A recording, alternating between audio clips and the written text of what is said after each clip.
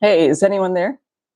And can you hear me? If someone could mention that in the chat, that would be awesome. I see there are 5 of you already.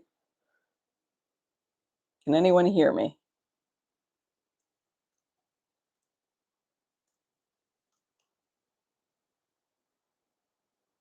Okay, there are 12 of you here. All right, you can hear me. Awesome. Thank you so much, Ard. I appreciate that. I'm gonna just wait for a few more people to trickle in. Hey, Brian. Greetings from Seattle. The weather here is like Seattle today. It's very cloudy and gray and rainy. Just gonna wait for a few more people to trickle in, and we can get started. Hey, Joey, all the way up in Minnesota. I bet it's cold up there right now. I hope you're all staying warm. Well, I'm going to just get started. I just, chime in at any time. This is more of a free flowing conversation because uh, I am.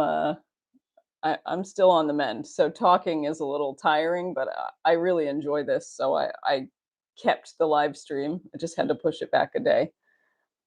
Joey, yeah, that's one thing I don't miss. I love a lot about winter, but the getting darker earlier every day, that thing just doesn't work out for me. Um, so,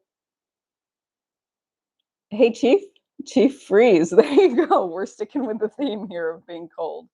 Um, I thought about this live stream because I, as many of you know, made changes. I moved and it wasn't like I've got to get out of here kind of move. It was more of a, yeah, I need to do this for my own health sort of thing. And so I was reluctant to leave, even though I was planning a trip to this region for loosely, let's just say I was dreaming of and doing a bit of research for a year out. And then health issues cropped up, and I thought, you know what? I need to improve my health holistically and go from there. And if that doesn't work, then we'll see what else can be done from the conventional Western side of things. And I made the change, and the change has been positive for the most part, but it's not always easy, even after the change happens. So that's why I wanted to do this live stream. I really think that it's important to always be realistic. Nowhere's perfect. My experience of life is that there is no solution. There are only trade-offs, and can you live with those trade-offs? And I will also say that every time I've made a major change in my life, and it's usually job or geography related, ending a few relationships were also important over the years, but I've never regretted it.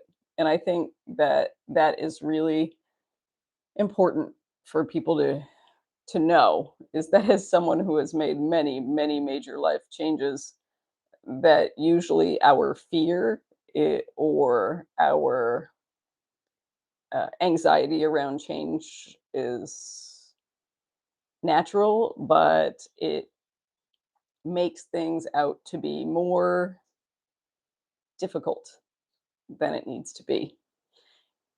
And that usually, if you are feeling the need for change, it's your soul talking to you. It's trying to override the brain a bit and say, hey, get out of your comfort zone and do something new. Or this isn't working for you and change is necessary. So, yeah, it's usually one or the other in terms of camps as to why change is coming about or needs to come about. I will say that my move, and I did mention this once in another live stream, that I was very reluctant at first to make changes. I had experienced, and I'm actually going to do a health video, and I am working on something else related to that for folks because, you know, uh, I'm one of those people who believes in this is totally health centric, but it's related to change. So bear with me. Um, I'm one of those people who believes in doing everything I possibly can to improve my health before I rely on Western medicine. And that's just largely because a lot of Western medicine treats symptoms, not root causes, right? And that's not true about all of it, but it is true about a lot of it. And I like to solve the problem, not mask the problem or manage the problem. And one of the problems I was having, which I had developed because when I moved back to the US, and I had had it once or twice before as a kid, and it was always managed. But what I noticed in the rearview mirror that changing my lifestyle had actually improved it. And this is what kind of got me okay with the idea of leaving my wonderful situation back in the US. And that was that every winter, and it would get worse, I would develop the worst psoriasis. And it would be where all my lymph nodes are, which is usually around the hairline, like right in this area, along my neck. It was really bad. And actually, I will do a video and show photos of this. And I believed it was diet related. And so I would eliminate grains and that would help, but it wouldn't make it go away. And I eliminated a lot of dairy for a long time, and except for like feta and stuff like that. And again, that reduced the inflammation, but it was still horrendous. And I'm talking about um, cracking, like just moving your neck would make it crack and ooze. That is painful.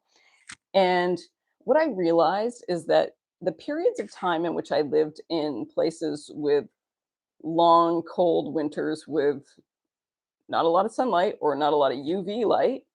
The UV light came as a later sort of discovery. Hi, Nicolina. Nice to see you. Um, I knew that after listening to Dr. Alexis Cowan, Dr. Jack Cruz, and several other doctors who have been going into or who have been jumping on the blue light research bandwagon and the lack of natural sunlight in our lives, I suspected that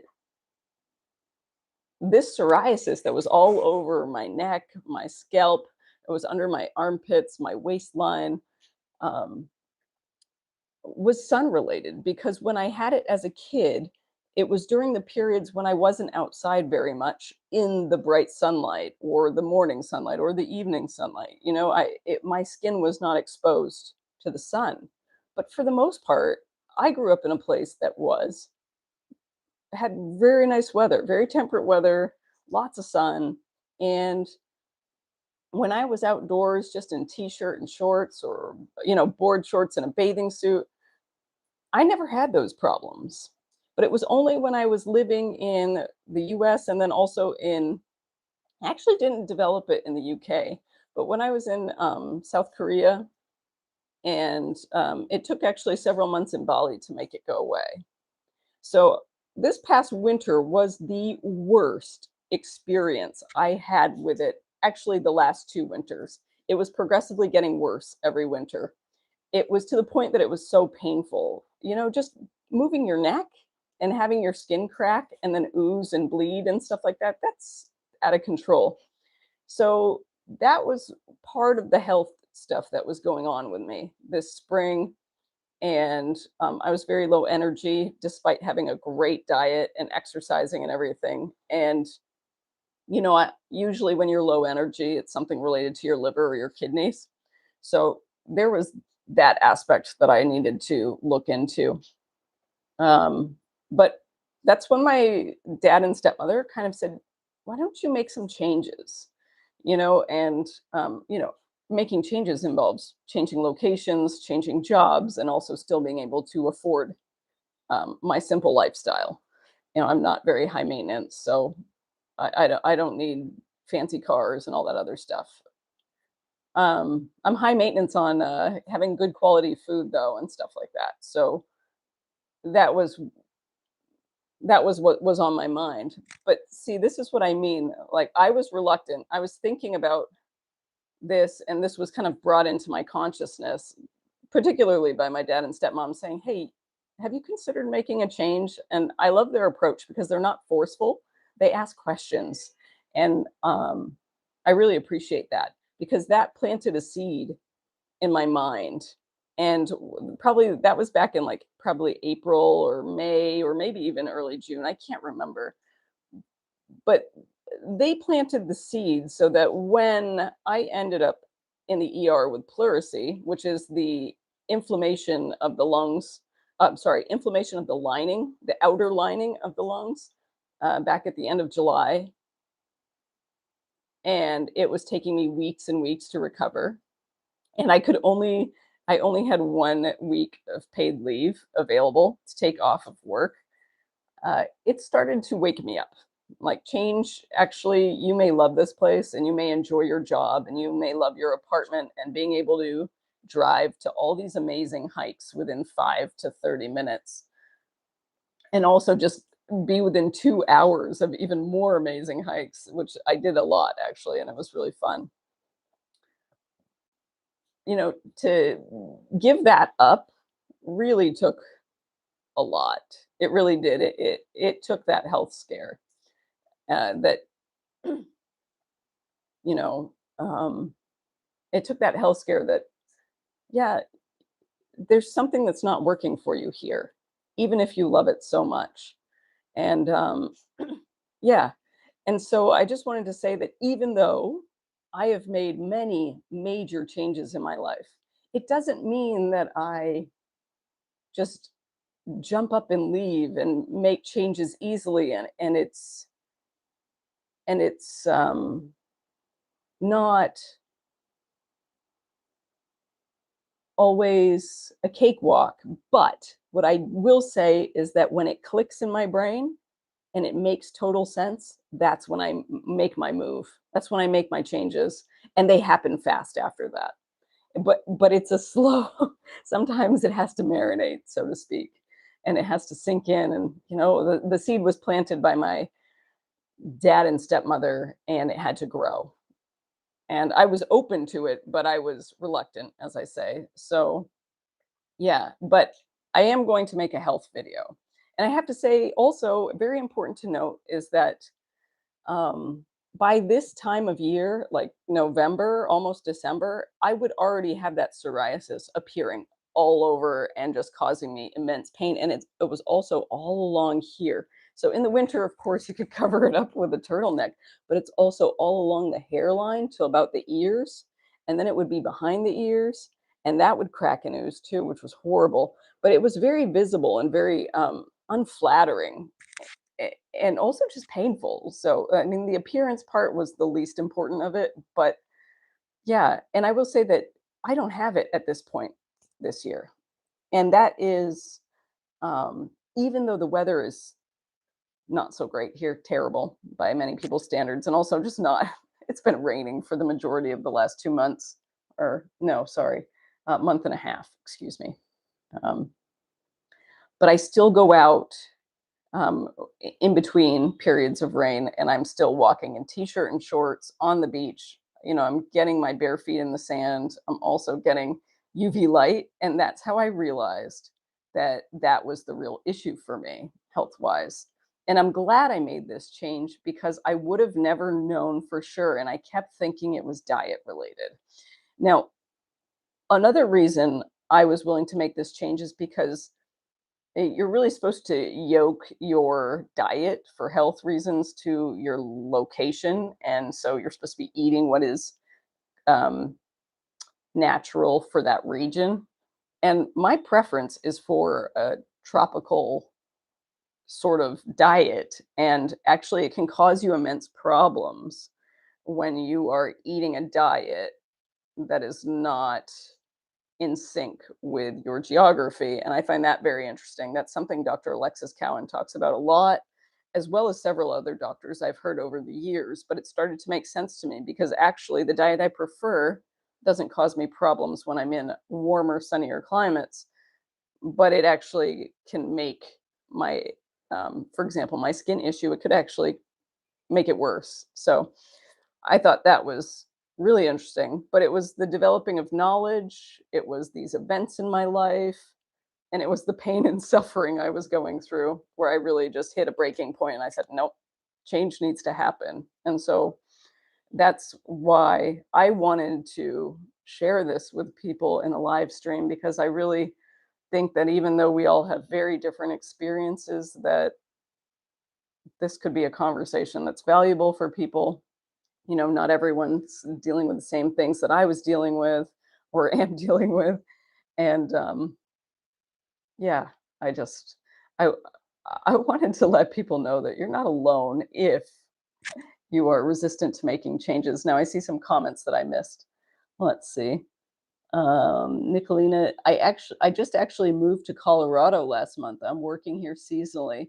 You gave me a lot of the confidence and motivation to do so. Hey, congratulations. Oh, that's awesome. Yes. Nicolina, I'm so thrilled for you. That's exciting. And Colorado in the winter is beautiful. And you don't have to worry about not having UV light because Colorado with all that elevation gets plenty of it. So you're in a great place to be healthy. Awesome. Congratulations. I really hope you enjoy the work. And the one thing I love to say about seasonal work is that if it isn't great, there's an expiration date. So yeah, let's see. Ard. Wow, I'm sorry you had to experience that. Yes, continue seeking out those ways and opportunities of taking really good care of your health. I'm combating inflammation and due for a deep detox. Yeah, that's really interesting, Art. I actually will talk about that a lot. Um, in a future video. I do write about anti-inflammatory health practices on my um, Patreon, by the way. So if you want to check out those articles, they're actually quite long and detailed. So yeah, they're there now. I just there are a lot of approaches that are for, I would say, doing things, putting health back in your own hands to some extent, keeping things simple and doing things the old fashioned way, and then putting the medical science with that so that we understand why these things work. And so I hope if you need it, it's there for you. Welcome, Pamela, from the mountains of northern Georgia. Awesome. Tom, I'd rather be in a rainy Vietnam. Yeah, no complaints. The temperature is really lovely. It is Vietnam's a really noisy country. I will say that it's like out of control noisy. Um, I haven't been to India, but I was listening to a foreigner the other day, like maybe it was a week or two ago, and she said that that Vietnam is almost as noisy as India. It's a bit too noisy for me, long term without some intermittent escapes. Let's see. Hey, welcome, Cheryl. Oh, I was talking about how I've been reluctant, or how I um, am reluctant when it comes to making changes, but then when something clicks and makes sense, how I quickly make those changes. And I was talking about some health issues that I went through that really got me to make some changes. I'm wondering if I know Nicolina just made her big change, which is super cool. I can't. I hope you fill us in, Nicolina, on your work experience. I'd be so curious. Um, I'm curious if anyone has questions about my experiences. Oh, yeah, uh, Tom. I know what New England's like in the winter. It's really brutal. It's not fun. Yep. I would say maybe north of Pennsylvania is rough for winter. Any questions for me? Anyone? I'll just keep rambling if not. Thank you all for being here. I really wanted to do a live stream, and I also wanted to do that transformational deep dive, but I just couldn't guarantee that I would have the energy for it. Uh, I like to be able to give 100% of myself when I commit to something and I didn't feel right accepting people's money for that transformational deep dive and then not being certain that I'd be able to follow through, you know? Let's see, Joey. The only perk of Minnesota winters is that the pretty snow dampens the sound. Yeah, that's lovely. That is one of my favorite things about winter is how um and how the snow just quiets everything. It is magical. So I am someone who loves winter. I don't love 6-month winters. and and I really need the UV light. So if I am going to be in a being somewhere in the winter, it has to be at a high elevation because they still get UV light and I can, you know, walk around in t-shirts like a crazy person, no problem, and get some UV rays. Let's see. Cheryl, made my big change this past June, but back to my favorite place in the States. Good for you. Good for you. Okay, Pamela asked me, what have you found the most pleasing since your arrival? I would have to say that I, that's actually a really great question because it's something I didn't expect. And that is the young people in Vietnam. The young people here, the folks that are in their 20s and early 30s, are phenomenal human beings. And I mean this through and through. These are the people who have grown up learning English in school. And so it's very easy to communicate with them. And Joey, I'll get this will lead into your question and it kind of answer part of it. So the language barrier is not always very high. Some of them don't speak great English, and it's usually the students that came from better areas or whose parents maybe sent them to private schools, even if they didn't have a lot of money, they just kind of did their utmost, or if they just had a really good English program in their school. And then also motivation, self motivation. I have met so many young people that I can have very deep conversations with, which is interesting to me. And you know what? They all reached out to me, which I also found fascinating. They, for example, there's a coffee shop I go to, and I'm floored by the open heartedness of these young folks and how just kind and loving and funny and vibrant these folks are.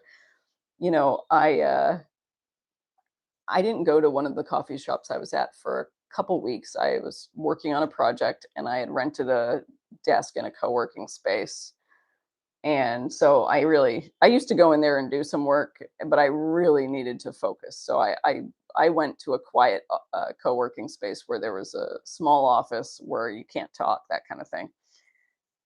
And they didn't see me for 2 weeks. I also went to Hanoi in the process, so they didn't see me. And I went in for the first time after 2 weeks, and they literally, and this is a very spacious coffee shop, and they literally shouted Jasmine. And they threw their arms up in the air and came over to me at the door. And I just know I've lived in many places and I've befriended people from all over the world. And that kind of welcome in just a couple months is incredible. It really is.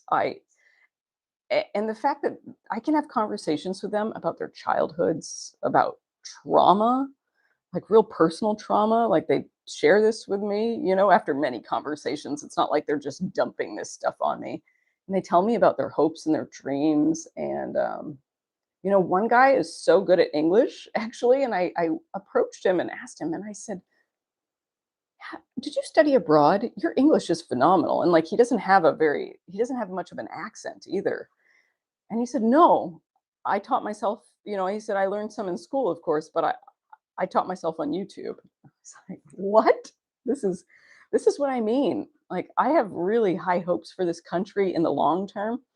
When the 20s and 30 somethings take over this country, uh, watch out. This country will be a powerhouse. And I think it also will be really great because also a lot of the folks I know that are in their 20s and 30s all love animals too, which and the environment. So that's really interesting. And of course, that's not everyone, but I'm just saying that there are going to be some really incredible leaders that come out of this country. And yeah. And so that has been one of the most surprising gifts of being here is and I will say I've always been open to having friends of all ages. That doesn't age is not a real thing that matters to me, you know. In fact, I prefer to be the age that I am now than to be in my 20s, where a lot of people are like, "Oh, I'd love to be in my 20s again." Well, not me. I really I just like the gradual seasons of life, and I'm open to other people's different seasons of life because you can learn so much. So, yeah, Pamela, I hope that answers your question. Thank you for a great one. And Joey, the language barrier can be a real challenge. I will say it's probably the most difficult. Maybe Laos might be comparable as well. Uh, the Vietnamese are not super keen on, or they haven't learned, and it's no criticism of them, but they're not very good with English for the most part. But what I will say is that they're very kind and willing to go. They're willing to use Google Translate with you. Like they'll pull out their phone, you pull out your phone, and everything works out. And you combine that with gestures and smiles and nods, and you get things done. I think one of the weird things that people don't realize Westerners in particular, because it's just not the same Western mindset, is that when you come to Asia, if someone isn't helpful or super friendly, it's often tied to Confucianism. And they're not being unfriendly. Of course, there are unfriendly people everywhere in the world, but the general cause is shame. And I've had many of my Asian acquaintances tell me this is that they feel embarrassed that they cannot help you in English or that they cannot understand you. And so if they are quiet or they try to distance themselves from you, it's often that. And it has nothing to do with hating you or hating Westerners or being unkind. And so, yeah, yeah, I think that's a common misnomer among Westerners about Asian people and interactions with them. So, yeah, but for the most part, there is a major barrier. But again, if you're going to places that are frequented by tourists, you're going to have an easier time. If you want to go off the beaten path, well, learn some words. Vietnamese is extremely difficult. It's a tonal language, so you can be saying, as one of my friends taught me, she said, that saying thank you, if you don't say it in the right tone, it actually means shut up. So, yeah, it's super difficult, this language. And I didn't know that uh, distinction, but I've known that about different Chinese dialects, for example. Yeah. But you can get by. It's more of a mission to find some things that you want and need, or to find out if they're even available. But you can definitely work it out. Let's see, Jorge. I am doing a combination of things. I obviously get some money from YouTube and some money from Patreon. Some people also send donations, but I just that's a bonus. That's not really, and I don't consider that an income. But I also do some writing and editing projects on the side for just independent clients back in the US. Yep. Yeah, I used to do that back in the day, and also did it for a couple years during the global shutdown in 2020 and 20. Well, I did it in 2021. Took me a while to get back into it. Yeah, I have a bit of a network, enough to get by. Let's put it that way. I'm not rolling in it.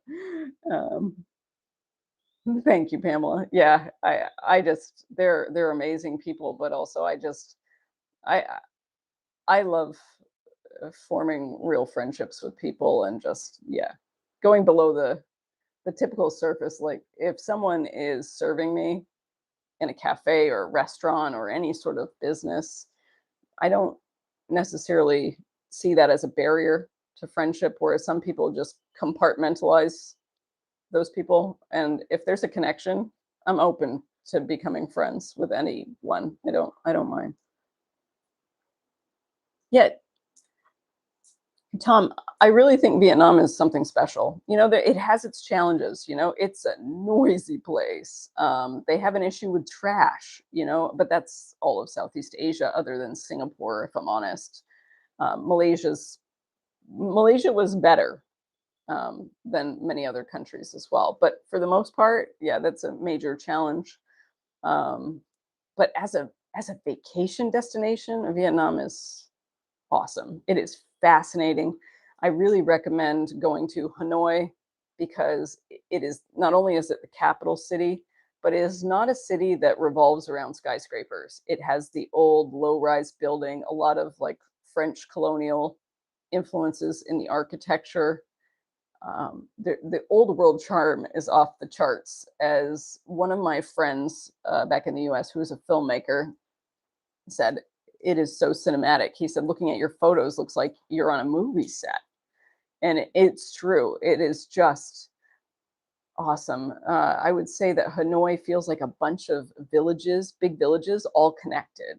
It's really like, it's awesome. And then also, I would say another bonus, and I have mixed feelings about electric because it's not as eco friendly as everyone thinks when you dig into how everything's made and yeah, and the resources that are required as opposed to, gasoline powered vehicles. But there are two sides to the coin. And one is that Hanoi is going to be requiring electric motorbikes in the center of the city, which will reduce air pollution in Hanoi, which is a major issue. And it will also reduce the noise, which is out of control. They honk all the time too, but if you eliminate the noise from the actual engines of the bikes, then that will help.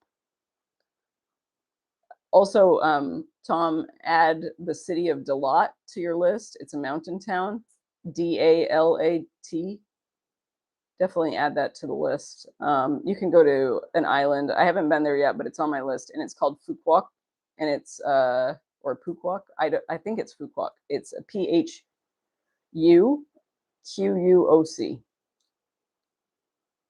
Those are the ones that are on my list, and everyone I've met who's been to them say they're awesome. So, and then also you could go up to Sapa, which it's Sapa, and that's in the north. It's coffee country.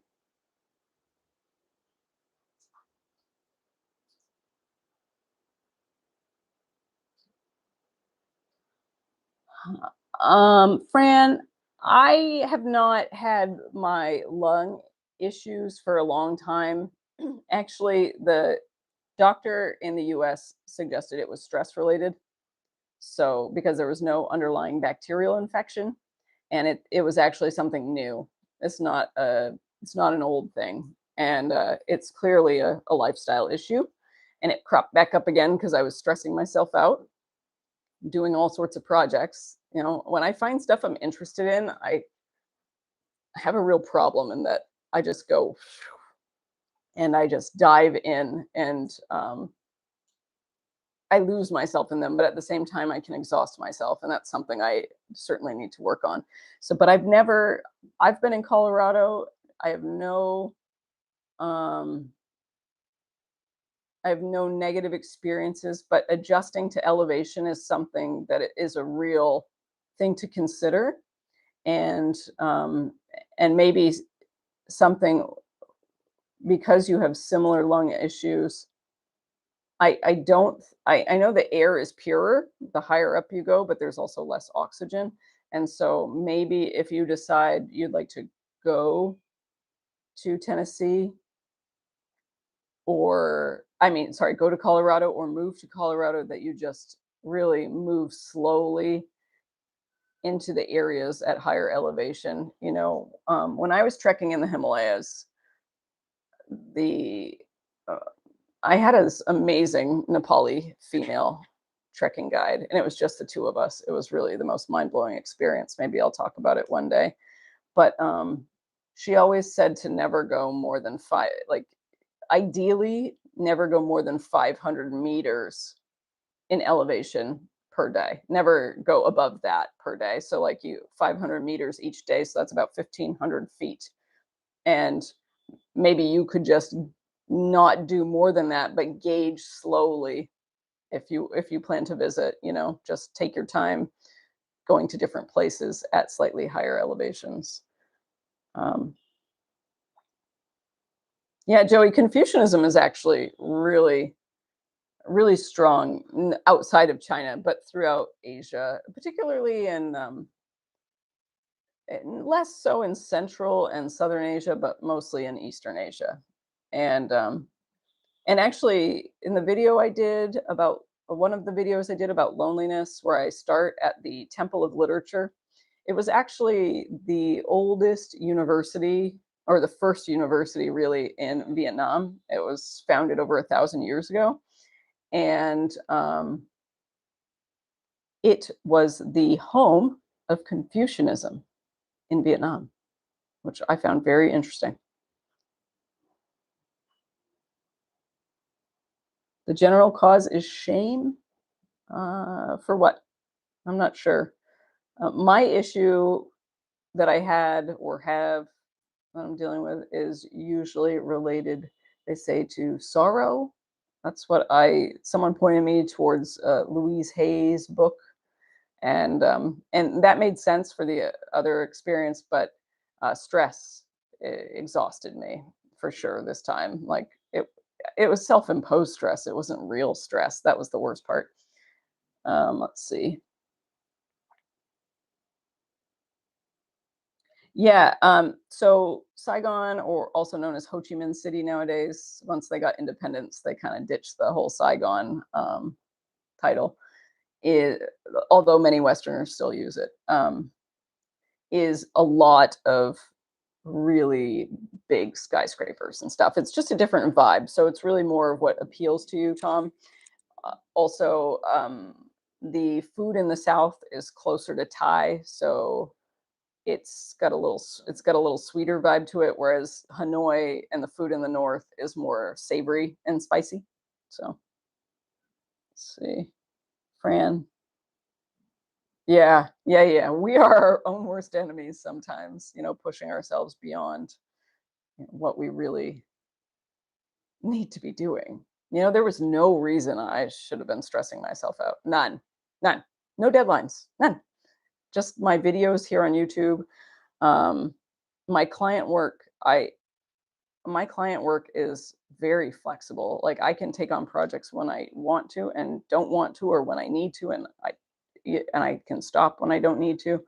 Also, I tend to pick projects that are either really quick, short projects or have a really long timeline, but nothing in between.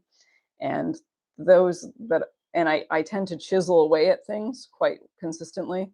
So those weren't issues at all. Yeah, it was just me getting lost in some writing projects and expecting myself to get things done sooner than is reasonable. And so yeah, I stressed myself out. See? None of us are perfect, but we're all perfect in our own imperfections. Let's see.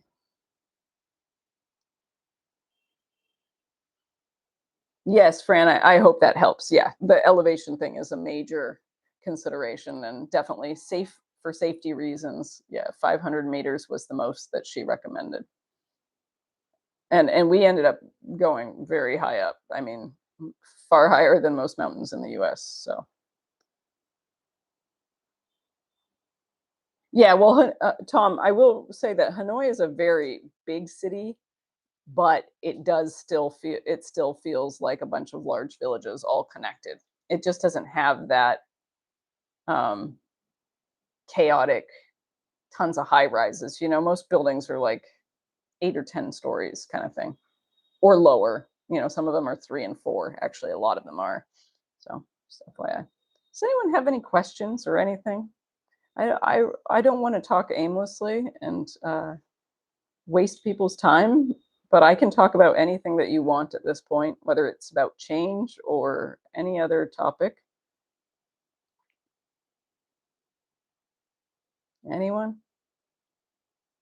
If not, I will wrap it up. I want to see if there's anything else I'd like to share before I do, though. Yeah, so there is one more thing, actually. And that is, I want to go back to, I want to elaborate on something I just mentioned. And that is that I don't necessarily believe that there are perfect answers or solutions, that there are always just trade offs. And you have to be able to live with those trade offs. And, I will say that I made a choice and weighed them out when I moved, and there were a lot of trade-offs. I will be very, very direct. There are a lot of people who think that leaving like people who just say the US sucks and they leave. And I'm not of that mindset. Like every time I've moved abroad, except for this time, was more health driven, even though, curiosity always exists for the places I go to. Um, I move places because I like them or I'm curious about them. And I did not leave the US this last time driven by that motive. It was more about health, but the curiosity was definitely there because I was already thinking about making a trip there when my contract ended for work.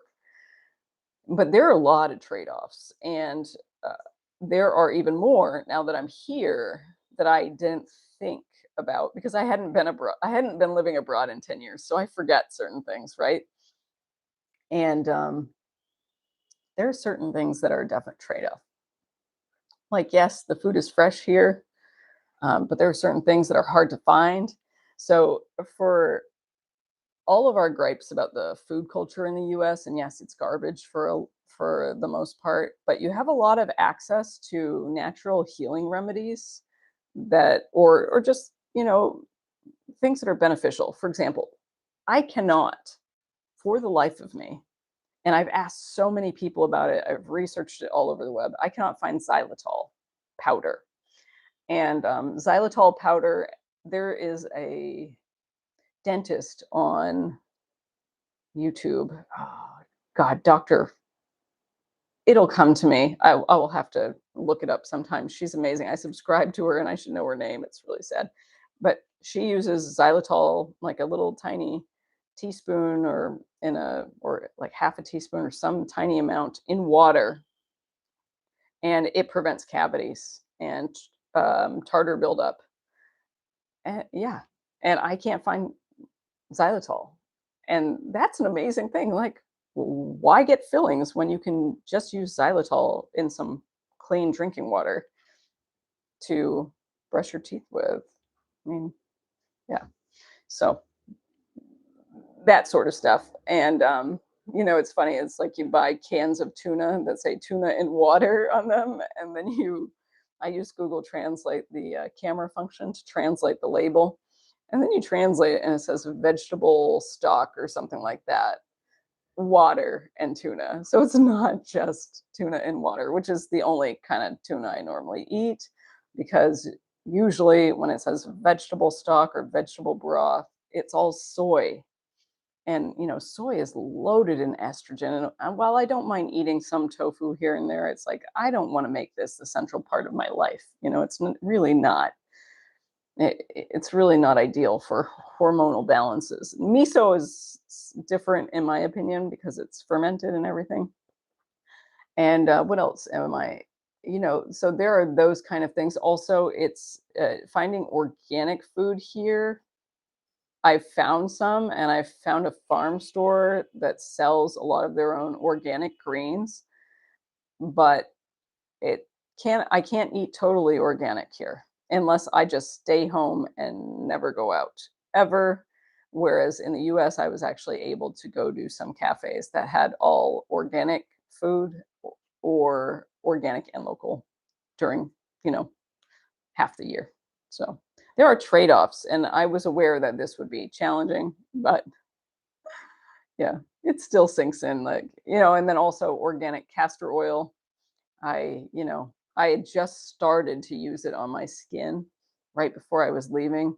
Castor oil mixed with coconut oil, and you do like it's amazing for skin. I learned it from the naturopath, Dr. Barbara O'Neill, and she has a lot of old ancient, not even ancient. They're like great grandmother sort of home remedies, and which is nice because you don't need to go out to a doctor to just be handed a pill.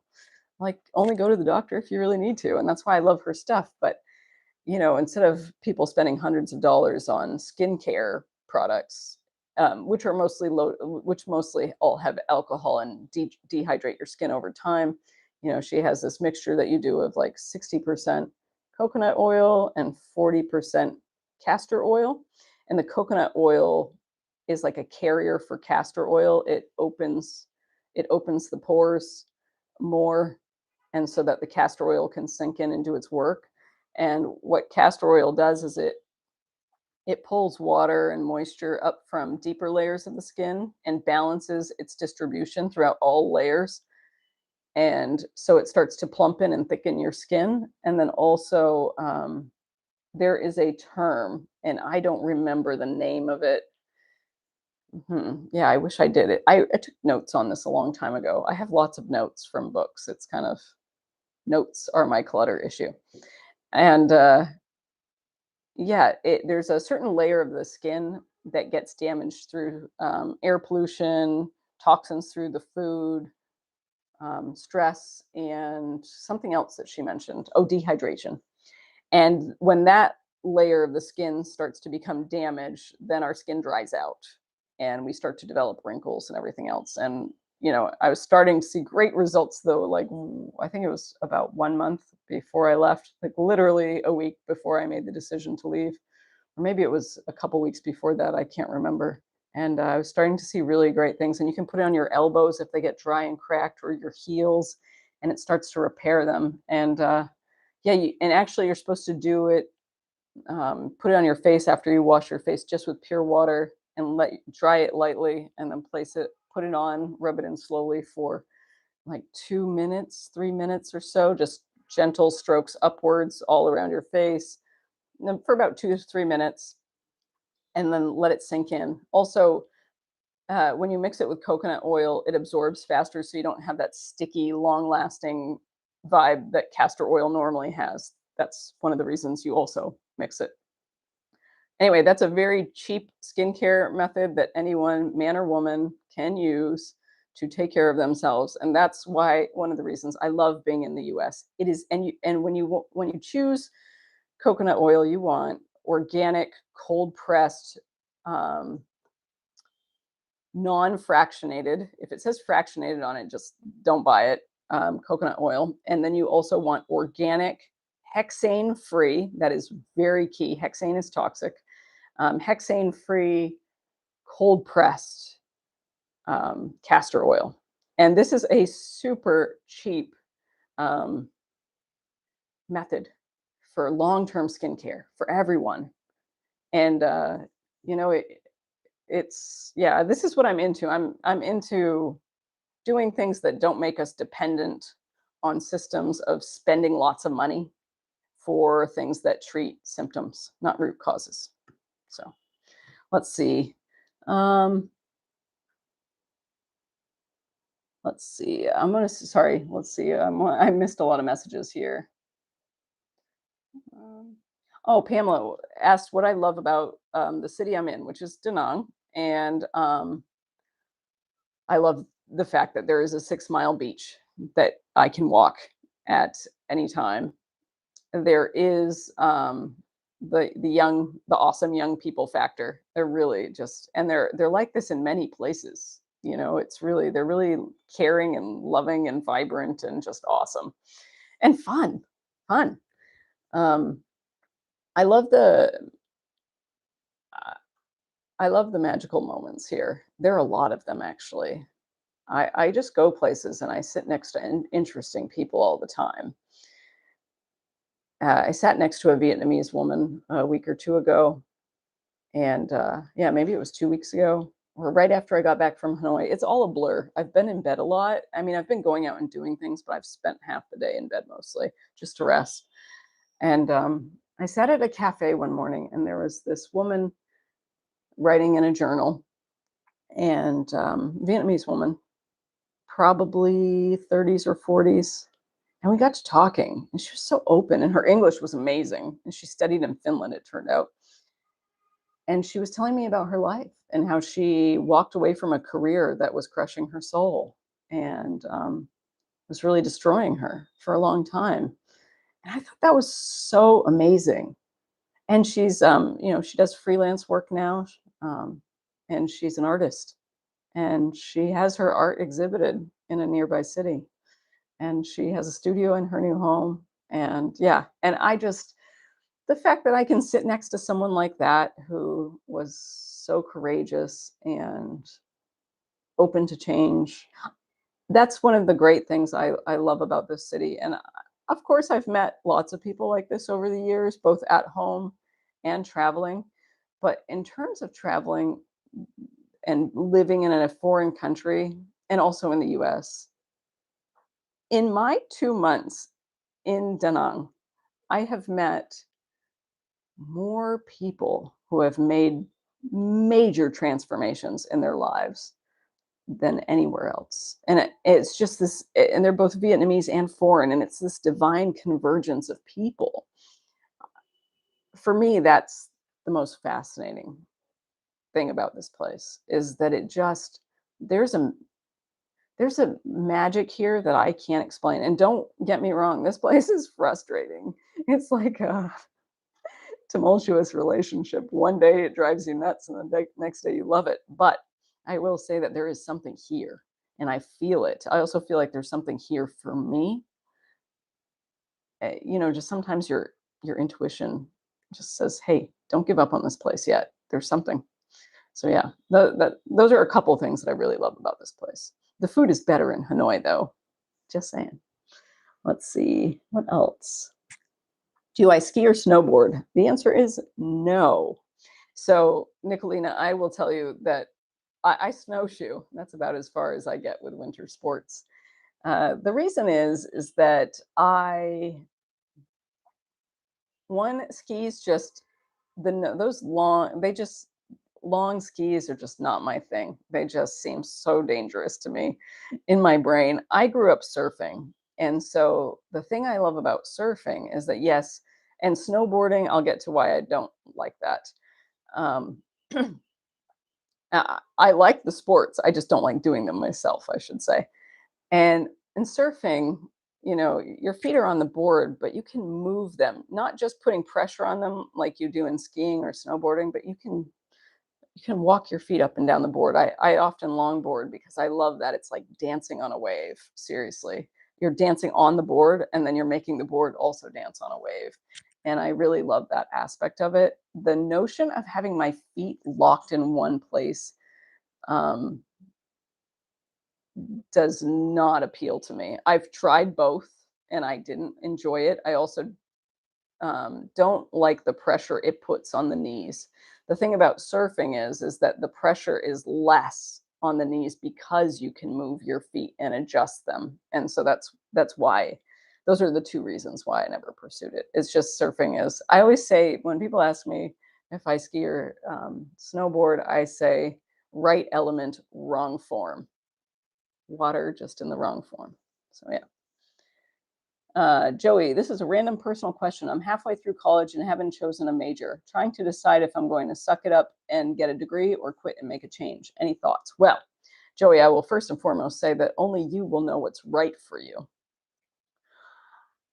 I can tell you what I've done in my experience, and it's not related to college because I actually could share this in another conversation. But when I am ever at a point of uncertainty, I usually pause. So if I were in your shoes, I would maybe just work and take a semester off and just see how I feel about things. And or a year or whatever it is, and then go back to it when you feel a clear guidance towards, like an inner guidance towards something that interests you. I think our system is a little backwards because we expect people to pick majors for supposed careers that we're going to pursue the rest of our lives when we're 18. And that's before we've even been out in the world on our own. And we have no life experiences beyond the comfort of our parents' home to steer us.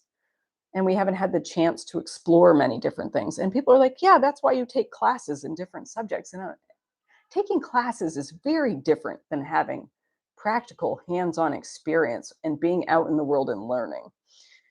You know, I'm not against college education. I am against, and I'm speaking from experience because I took on loans. I'm against debt for college. And I'm not a fan of just pursuing college to get a degree for no reason. So I will share a story of mine, a personal experience I had. And I think it's going to be helpful to you, maybe. I'm not sure. But I went to undergraduate. So my master's degree was useful. And I'm not going to get into that now. It was useful. I still use it. So I'm not going to lie. But my undergraduate, I went to college because I was pushed into it. Like, that's what you do. And as a result of that, I felt a little stunted because my real instinct was to go out into the world and work and learn and explore some different things that I was interested in. Bear with me. And that was me personally. That doesn't work for everyone. Also, if you want to become an engineer or something like that, then yes, college is going to be very helpful. Um, but also worth considering, are you pursuing a field that AI is about to take over? So there's that. But I remember sitting in my apartment in Athens, Greece, and this was, you know, gosh, about probably 11, 10, 11 years ago. Yeah, about 11 years ago. And I got an email from my college, and they were asking me to fill out a survey. And that survey wanted to know how my education from their institution impacted my life. Well, it was a really painful, in some ways, wake up call, a painful survey for me to fill out. It was quite long, it took about 20 minutes, but it was a really cold, gray day, Athens winter. And I said, why not? I'll do it. 20 minutes in, I was still going. And I thought it was supposed to be over because it says this will take you about 20 minutes or whatever it is. And I still had a ways to go because you can see that how far you've completed in the survey at the top. And I started to realize something. They wanted to know how much the education impacted me. And every question they asked, it was like usually that the college didn't, my education there did not impact me. And I went to a great school, and I'm not going to say where. Like, I just don't share that stuff on the internet. But I went to a really good school that most people would feel very fortunate to go to. Um, and so this was a very rude awakening for me. That I think there was only one question in which I said it was beneficial, and that was because of a couple professors who deeply, deeply made my college life enjoyable. They, just because of their willingness to work with me to do and to create some of my own courses. I did that with a couple. I did that solo, and I also did that with some friends. There was the option to create your own courses, and they were the only. That was the one. They were the major academic benefit of that. but otherwise, I realized filling that out that I spent 4 years at an institution that actually did not impact my ability or, yeah, my ability to live in the world. That every single thing that found was valuable in my working life and just life in general came from working experience, like on-site, hands-on working experience and travel. Living abroad, traveling throughout the US.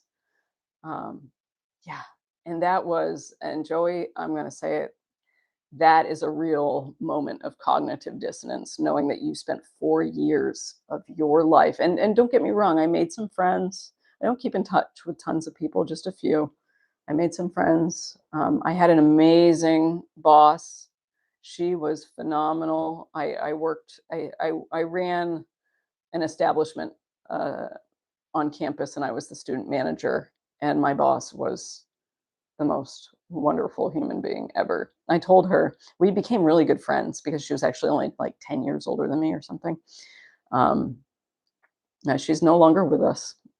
I'll tell that story in another video maybe, but the world lost a good one. Let's put it that way. But I used to joke with her. We became such good friends even after I left college that she spoiled me. I said, "You were like the perfect boss." Like, she was one of those people that just said, "Here's what needs to be doing. I'm open to your ideas, or if you wanna do anything different or add something, and, I'm always here to support you if you need help learning how to do something or you just, need help hiring new staff or whatever you wanna do." Like, she never hovered, micromanaged, or anything. She was the real blessing of that experience. But other than that, she spoiled me. Other employers have never compared, but I would say that college is a real personal choice, and that for me, it was not worth it. It was not worth the debt. It was not worth the time. Now, if you plan to get into the medical field or you want to be an engineer, that's a different story. But again, AI is changing everything, and I think that's worth considering.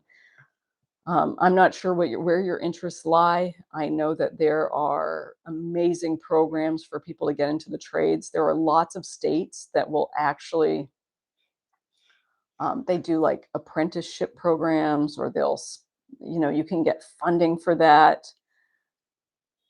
There is also, I think it's called findhelp.org, and you can find out where there are grants in your local area if you're in the US, and can get grants to pursue different types of education, whether it's like, hands-on, um, like trades type stuff or what. There are lots of things available there worth looking at. I don't know. I just think that there are many different ways, and that, Joey, if I were in your shoes, I would personally just pause things. I mean, I can't tell you what's right for you though, so you have to just take what I'm saying and see if it resonates. But pausing is sometimes the most helpful thing. Just stepping away from something allows you to see it more clearly and to see if it is actually going to contribute to what you want. Um, you can also, if you're interested in the trades, you can usually get paid to develop all those skills, like doing a journeyman type program, which are available with a lot of companies in states. You get paid to work as an electrician or a plumber, for example, and you're still learning and you're getting your licenses in the process. Actually, some of the wealthier average people, and I don't mean average in terms of their caliber, but just the everyday people you meet around. I'm not talking about the business, like the billionaires. Um, some of the most well-to-do and happy people I know are tradesmen, and they're the most well off. Most of them, most of the ones I know, but I think that's just because I was living out in the sticks, so to speak. They have no debt. They've got everything paid for in cash. They make six figures, and they can make, uh, you know, if they wanted to work harder, they can make like 400,000 a year, but they don't want to. They want to live their lives. Um, but yeah, so there are things to consider. It's just if I knew you better, I would be able to point to some more things, but if you have more questions or wanna share more information, Joey, I'm happy to speak more on this topic. Oh, Pamela, yeah, that's a great question. She says, "I saw you in the mountains and knew you loved it, but just wondering about the city." I don't love cities. I really don't, Pamela. I like the convenience of being able to walk everywhere, um, but I chose this city because at least if I didn't have mountains, I had the beach, and also because there is in case of emergencies, there is a good hospital here. Now, I'm not gonna stick around somewhere just for a hospital because, you know, it was just because it was so close to my recent ER visit that I wanted to be somewhere with a great international hospital just in case. Now, in a year's time, if I'm not loving it here, I'm not going to just stick around because there's a hospital. No. As long as I'm feeling great, I will live wherever I feel best. But this city, for some reason, it's just, I feel that there's something here. I really love quiet. I love mountains. I love the beach. I love nature, period. So, long term, would I live in a city? No, no, not my style. Maybe on the fringes of a smaller city, but not like this. No. But this is a wonderful place for right now. And also, I'm not going to be staying here all the time. I will be going to other places for a month or two, or maybe a little longer at a time. But this will be kind of a place to come back to. Let's see. Dr. O'Neill has Lloyd of Lung info online as well. Thank you very much, Fran. I appreciate that.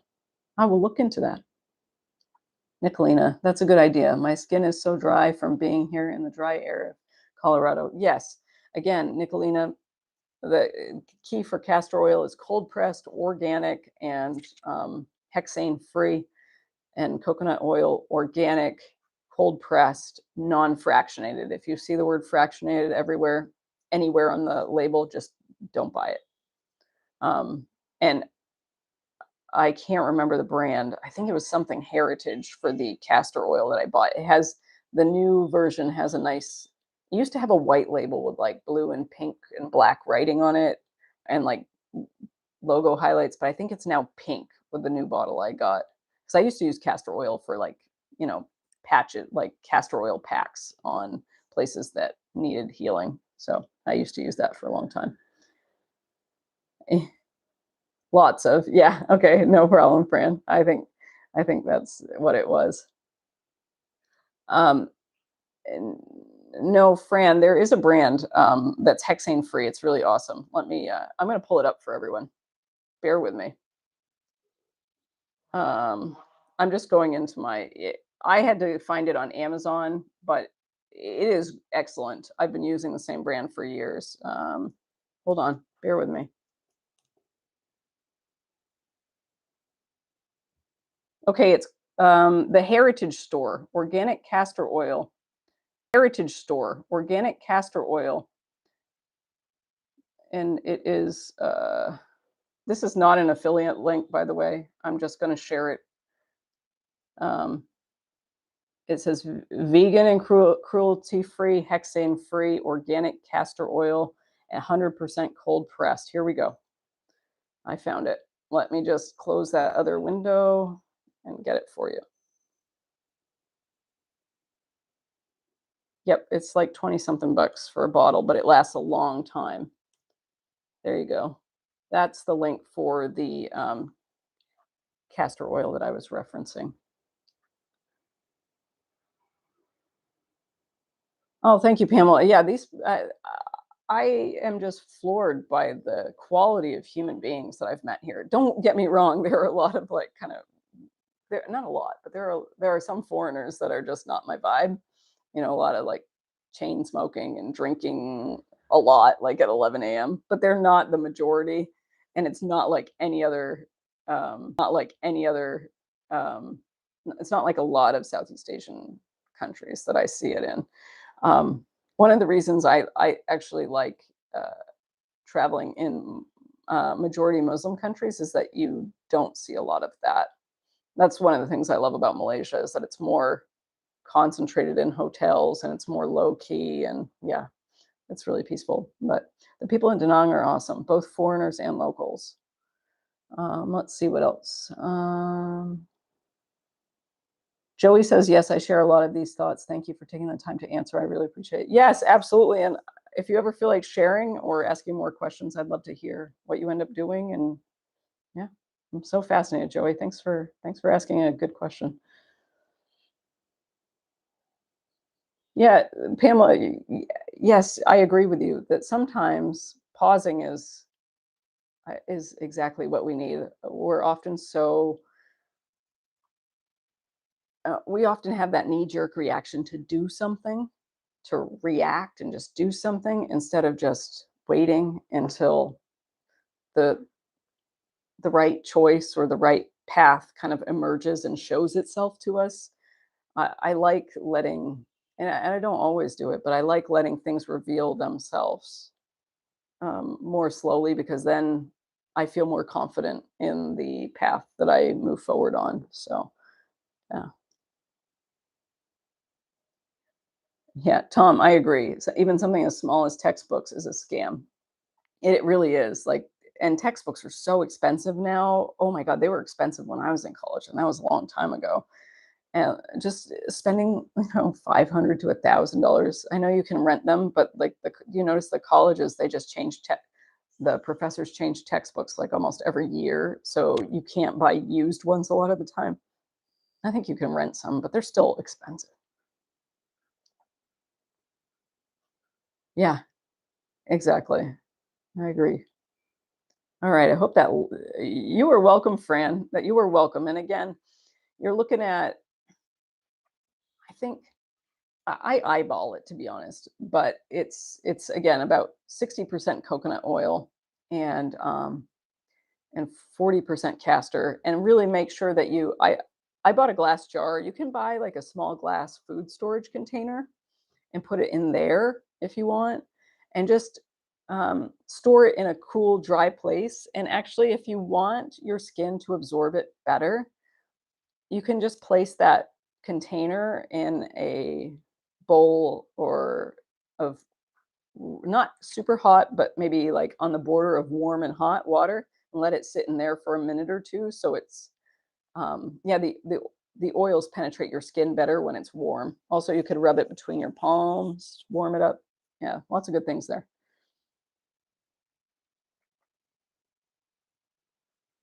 Yes, Pamela, I agree. Yeah, mountains all the way. I There's something now. Humans are part of nature, and we. But I believe that the natural creations of this earth are far more inspiring and breathtaking and healing. Whereas to me, cities are like motherboards. I don't know if you've ever looked down at a lot of cities. They look like motherboards in a computer. And it makes you feel like you're in a simulation, of course. Um, but I really do feel like long term, there's something draining about the life force. Sorry, draining about cities on the life force of humans. That's my experience of it. A lot of people who enjoy going out all the time don't agree with me, and that's okay. But yeah, there's something revitalizing about being in the mountains or out in nature. Mm. Ah, hey, Tides, welcome. Yeah, castor oil is good stuff. You're right. Yes, actually, DMSO is something that is very useful for many, many things. I have not used it, but I have a friend who has had great results for many issues on that. And also, I would say DMSO with castor oil is probably the magic trick for a lot of things that we are dealing with on a simple day to day basis. I am thrilled that it's helping your mom's dementia symptoms and boosting her memory. That's phenomenal. We could probably do a whole show on DMSO, but because I haven't used it personally, I'm not going to get into it. I'm glad that you, though, can share some firsthand experience. Yeah, that's fantastic. Yes, cities are rife with EMFs, and that's a real problem for me. And the only during my transformational deep dive I had about a month ago, or a few weeks ago, I said the only reason that I was willing to live in this city is that there is a beach where I can go ground myself and help offset that. You know, health is really key. I love Hanoi. I think Hanoi is a much more interesting city than Da Nang. It feels, I don't know, there is a magic about that place, a magic of its own that has nothing to do with connected to my life. There is a magic that is so enthralling about that city. It is probably the most interesting city I've ever been to in my life. It takes a lot for me to say that, because I've been to many interesting cities. And the only reason I don't live there is because of the air pollution, just because it's a landlocked city and I have nowhere to go ground. I can visit that place, but I cannot live there long term because I need somewhere I can go and ground bare feet on the ground. Because, one of the things to think about, and this is one of the determining factors. Actually, it's the major, and I've heard several doctors say something to this effect, but Dr. Jack Kruse probably said it best. He said, health can be summarized in one sentence. Does your body have a net negative charge or a net positive charge? And if it's a net positive charge, you are in poor health.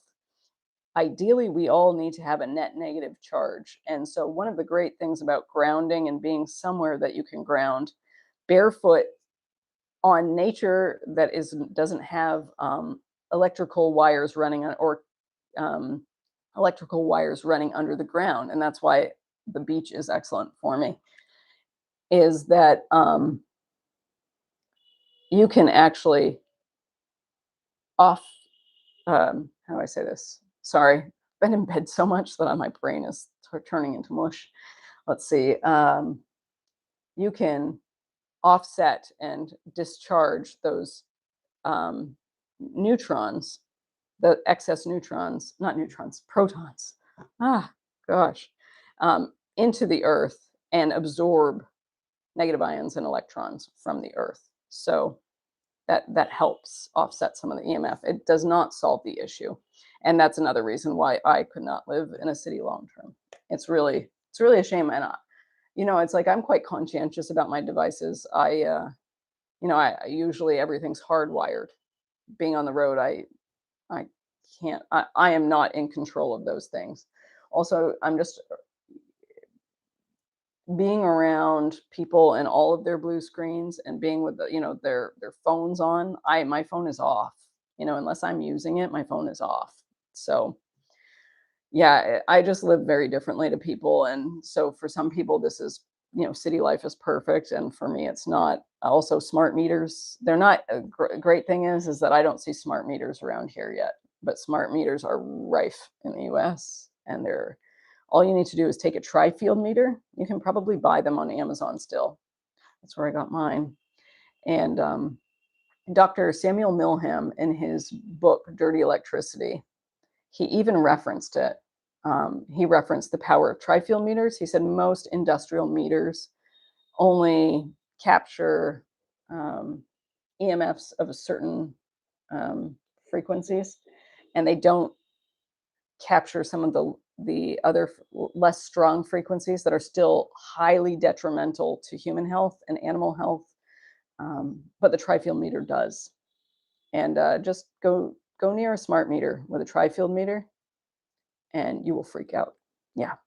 I was living with a relative in a family home for a while, and I had realized that, and the home had been shut up or closed up, excuse me, for a while, and no one had been living there. And I noticed that when I did a walk around the property, when I first arrived, because I was there cleaning it up and stuff like that, it was a lot of work. It's actually quite painful at times, but I had noticed that the electric company had put a smart meter on it, and they don't ask, and they just swapped it out.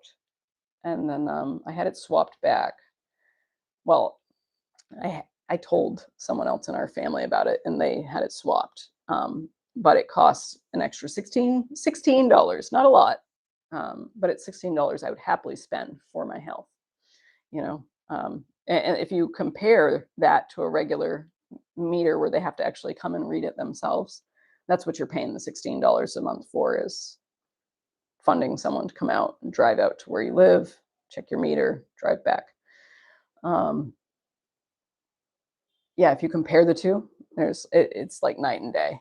Yeah, it's probably contraband conversation here on this platform, but whatever. I really, again, Dr. Samuel Milham's book, Dirty Electricity, is filled with amazing scientific references about electricity and the effects on health and the um, major explosion of cancer in humanity as a result of it. And the medical and scientific references are super interesting, because I've looked into some of them. He's not a fantastic writer. He's not. It was actually really painful in that sense, but the information is valuable. The information is really valuable. You can get that book on Amazon. I'm sure you can get it other places. I just want to let you know that if that's your interest, you can get it on there, and you'll see that little bit he mentions, the tri-field meters. I think when I got mine, it was like $150. It's probably way more expensive now. I don't know. But I got it on Amazon because none of the local places I went into had it. I try to buy things locally as much as possible before getting on the internet. And if I can't request it and they can't get it for me, then I go to Amazon. Yeah, Pamela says I care nothing about motherboards. Yeah, but that's what cities look like. They look like energy extraction, like processing energy, energy and information. Good evening to you, Pamela. All right. Yes, I agree, Tides. There's often great art and great music in cities, and that's one of the appealing things. I would say that this city is not great on either. But what I will say is that the architecture is, and you can't tell like when I film from my balcony, but when you're on the ground, the newer architecture is really cool. The Vietnamese design sense is phenomenal, and their integration of real natural elements and aesthetics is really cool. Like you often see buildings that are just draped in plants, and I just love that. I think that's marvelous. But I will say that Hanoi is a great place for music and art and food, and the art scene is quite international. It's very neat. Another city that I loved for art was Seoul, South Korea. Oh my God, the artists there are just like, oh. And this was back in 2008, 2009, and then I went back in 2019, and the art scene was even bigger. But I could see it there. That culture of people there is so much talent. It blows my mind. So yeah, I agree with you. That's some of the things I love about cities. But I think long term, I'd rather be able to just visit them and experience that in small doses than to live in a city. Yeah. Let's see. Yes. Good morning. Thank you, Pamela. Brian says Ray Delaney's channel City Nerd is an excellent channel about cities, urban, suburbs, roads, roads, transportation, car culture, etc. He's been asked to speak all around the country. I have never heard of him. Thank you so much for that. Bear with me. I need to get a pen. All right. That's called City Nerd. Thank you. I love YouTube. I love that I get to communicate with a bunch of awesome people, and you guys turn me on to stuff. So cool. Thank you. I appreciate that, Brian. Yeah, waterfalls and beaches. Negative ions, salt water. Salt water is loaded with negative ions. So yeah, that's being around salt water and the waves breaking and being in the water is awesome. So when the water is clean, not during the storms here, when the water is clean, I go in. Waterfalls are awesome, but less waterfalls are fresh water generally, so there are less negative ions there. But yeah, a lot of electrons. Oh, Still okay, sorry. Thanks, Brian, for correcting that. Oh, and Joey even knows of this channel. Oh, I love this. Thank you so much. Hello, Emmanuel. Welcome. My favorite place to live abroad. That's really interesting. That is a great question. I would say that my favorite place that I've lived, which I probably wouldn't recommend now because it's been pretty much destroyed, based on my friends who are still there, and all the things I used to love about it are pretty much destroyed, and also homeless population, everything. But my favorite place was living in the UK. I loved England in particular. I lived in London, but I uh, I just loved the English countryside a lot. I don't know, it felt very much like home, and Scotland too, in the remote areas. And as a city, I loved London. I went out for jazz music all the time. I spent, I can't tell you how many hours in bookstores and in the bookstore cafes, and just, uh, yeah, if I could have like, back then, this was like 2000, early 2000s, so it was totally different place, totally different. It wasn't, it still had a lot of really big money, but they hadn't extracted all of the character out of the city yet. Um, and homelessness and drugs and the crime was like, all of those things were far less problematic.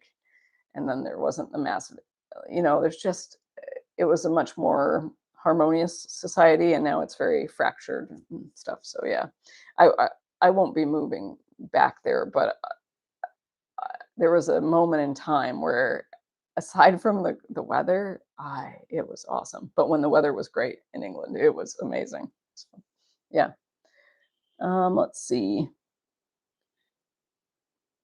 Also, Emmanuel, I did a video on my experience of living in Bali, which at the time was very positive, but it had its challenges, of course, as any place does. Nowhere's perfect.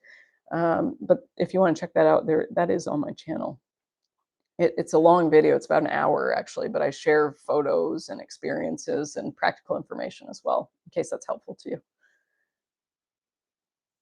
Hi, Big Baron. Yeah, Turkey. I have Turkish friends, so it's on the list, and I love Turkish food. So yeah, and the photos of the places my friends live in are phenomenal. So it's definitely, I'll get there.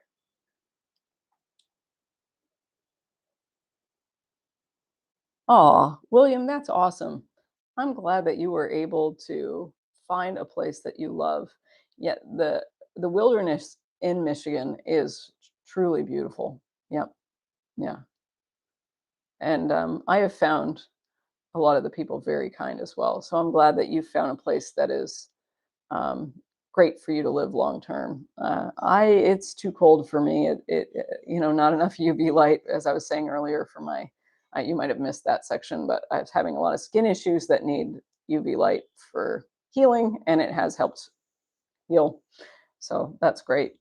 Um, I definitely long term have to decide or figure out whether I can find a place that is perfect for me to live long term, or that I just spend half a year somewhere and then travel elsewhere for the other half a year. That could eventually get exhausting. I'm not sure I would like to do that. I like traveling, but I would like to have a home. Just need to find the right place. And I would actually move back to where I grew up, which I don't really share, but it has been totally taken over by people who are not from there. And yeah, it's completely unaffordable, overdeveloped, and I love it to bits. But sometimes even visiting is hard. It's hard to experience.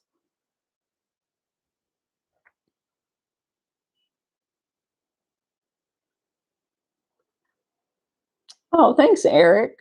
Great channel. Love hearing about your adventures and thoughts on life. I'm glad to hear that. Yeah, no, welcome. Glad you found it.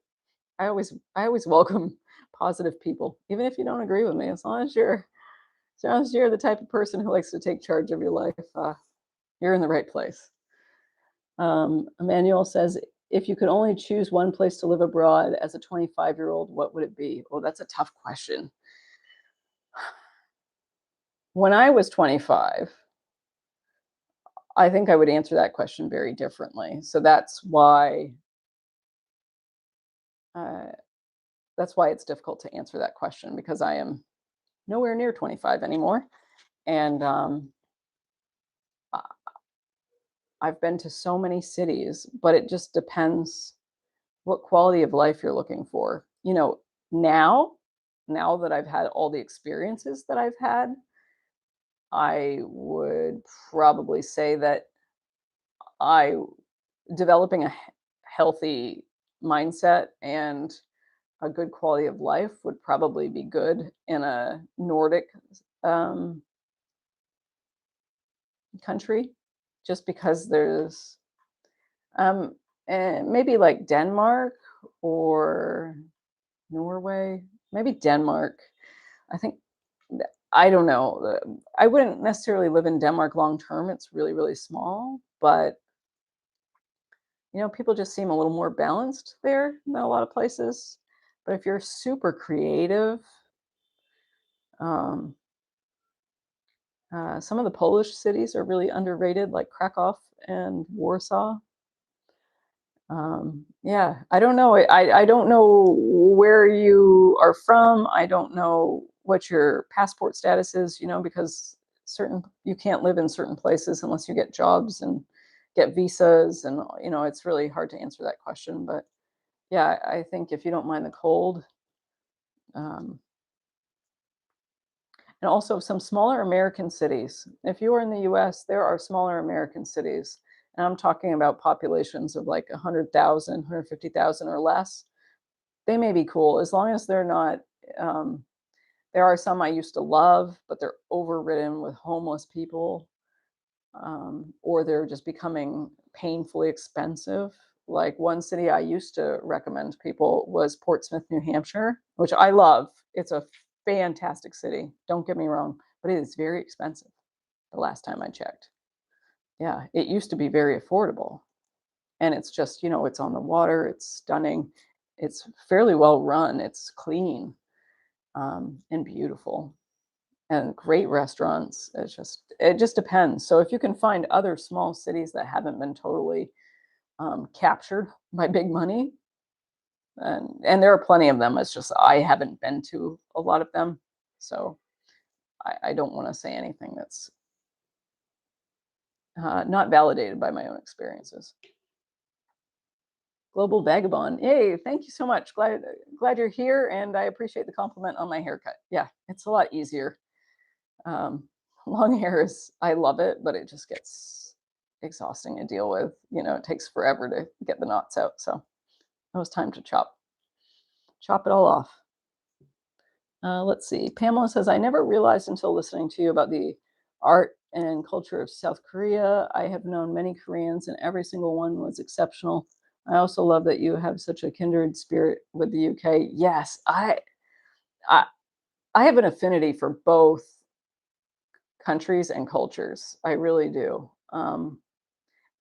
I felt in the UK, it brought out a very creative energy in me. In Seoul, the work culture is toxic, or actually in South Korea, the work culture is really, really toxic. It's abusive. It's people in the U.S. think they've got it bad. South Korea is even worse. Um, but South Koreans as people, as a culture, very inspiring, very creative. And while I wasn't super creative there, I did. I learned a lot culturally, and I was deep into sun meditation, which is like Korean Zen meditation. I I had a really magical experience there. Actually, I'll share a little bit of that. Um, Let me just answer Emmanuel Roberts' question really fast. I'm thinking of either Spain or France. I've spent an extensive amount of time in both, and I think they're both wonderful. Um, it depends which corners of the country you're interested in. I would say that if you're looking at the Basque country of both of them, the Basque region of both Spain and France, I would go with Spain. They're friendlier. I found that some of the Basque region in France, the people are there's like a gray cloud hanging over them. Yeah, I don't know how to explain it. And I'm not trying to insult them. It's just they're not the warmest or most outgoing people, but it's not personal. You feel it's something else. But to go back to what I was saying with Pamela, yeah, I wasn't super. I was loved being in England just because of the aesthetics of the nature and just the walking paths of England. Oh my gosh, they're amazing. They really are. That country is made for people who love being outdoors and just walking. Oh, all along the countryside, and it's such a great. And they have huts actually throughout the UK that you can stay at. They're real basic, but and they're maintained by volunteer organizations as well. But in Korea, I wasn't very creative, but I was much more into the metaphysical, spiritual aspect of life, which is really interesting considering I was living in one of the biggest cities of the world, which is Seoul. But I had this magical experience, and it was like less than a month into moving there. And this is, like before 2010. Okay. This is like 2008, I think. And this is the time before, South Korea had smartphones. The rest of the world didn't really. But this was the days before like Google Maps and Naver Maps. Naver is the online map company in South Korea, and people used to have to draw pictures on how to get to their apartments. Because the buildings are numbered in the order in which they were built, not in the order in which they appear on the street. So things are very confusing. So in the subway, you would see maps, and to some extent, you still deal with this if you're not using a GPS. You see big maps of the area, and your landmarks are cosmetic surgery offices. I kid you not, that are on these maps, banks, schools, and hospitals. And those were the points in which you learned how to get around. Now, I would often go out in South Korea and just in Seoul and just wander, get lost, and then when I found a subway station and I was ready to go home, I would just go home and find my way on the subway, which was no problem. Amazing subway system. Um, Actually, and that subway system, by the way, folks, if you ever visit Seoul, that subway system can take you to many awesome hikes. And I recommend Achasan, Achasan. Yeah, just it's an experience, and I love South Korea. But I was wandering one day. I was wandering, and I would go down these little alleys. That's something that Seoul and Hanoi have in common. And actually, actually, Koreans are the largest foreigner population. I might have mentioned this before, but they're the largest foreigner population in Vietnam. So it's like I have this wonderful, I don't know, there's something that feels like home about many aspects of Korean culture. Not all, of course, because I'm not Korean and I wasn't raised in that, but many aspects that feel like home here. Anyway, back to Seoul. I was wandering one day and I went down this alley and I kept seeing all these little hanuks. And hanok, Hanok, a hanok is, hanuks are the traditional Korean buildings, homes, architecture. And that in and of itself drew me down the alleyway. So I just followed it. And then I stumbled upon this hanok. And it was the Susonje. And it was the home of the school of Korean Zen meditation, essentially. And I walked in, and hanuks are usually separate buildings that all kind of create a courtyard, and there are often water fountains and you know very well manicured plants and trees, and sometimes cats. And there was a cat at this one, and stone carvings of like little mini pagodas and stuff. And they all have like sliding doors, like shoji door. I think, is that what they're called in Japan? Shoji doors, the rice paper doors that slide. Very similar, but these are outward facing exterior doors, so they were more durable than that. But they slide. You know, they're pocket doors. They're not. Um, well, they're sort of pocket doors, but they're not. They don't open out like that. And I kind of just walked in, and there's no one around, and I peeked in and I saw in one of the buildings that they're all meditating and chanting. And so I just kind of waited quietly, and a Korean woman and a foreigner, a white woman from the US, appeared eventually.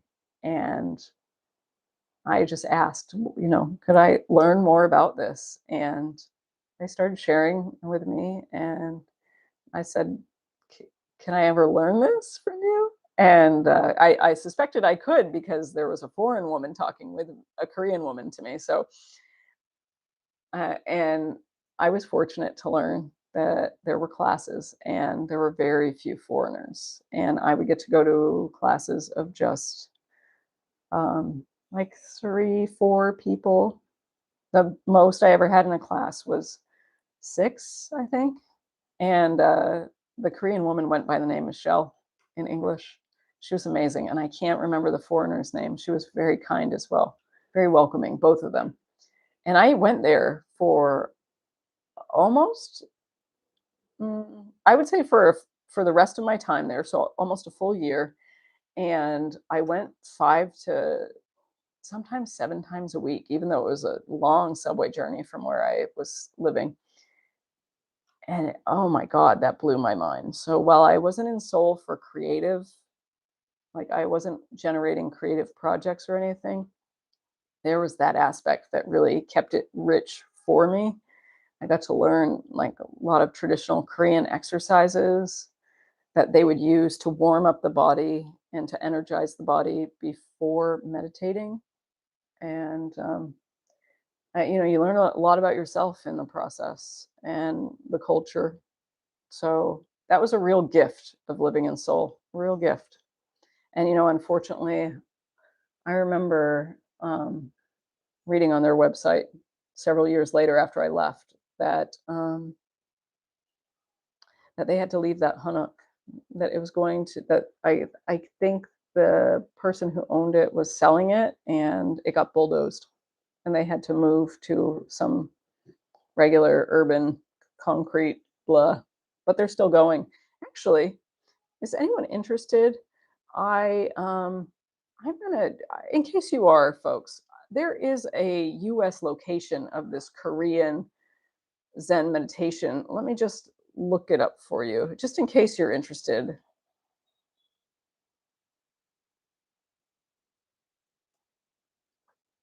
Bear with me. All right. Hang tight. I'm almost there. Just in case this is, for some reason, the website's not popping up for me. I mean, it is, but it's not loading. But I will, let's see. There are two.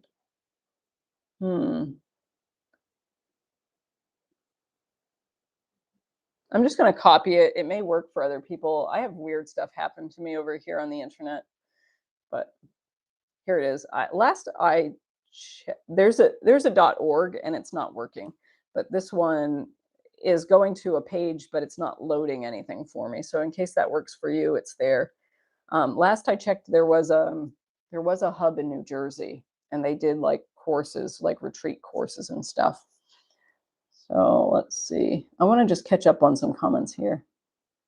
Ryan says, hi, I got out of college a year ago at 22 years old, feeling lost and stuck. I just got back from a 6,100 road trip, loved it, and realized that I don't want a career. Do you have experience with seasonal work? You are in the right place, my friend. Ryan, you are absolutely in the right place. I hope you are still here and you managed to get through that comment. I actually have I'm going to give you the link, bear with me, for my seasonal work video. but I'm also going to just talk about some of my experiences so you have an idea of like the kind of cool opportunities that are out there. Everyone just hang tight while I pull up that link for our friend Ryan here.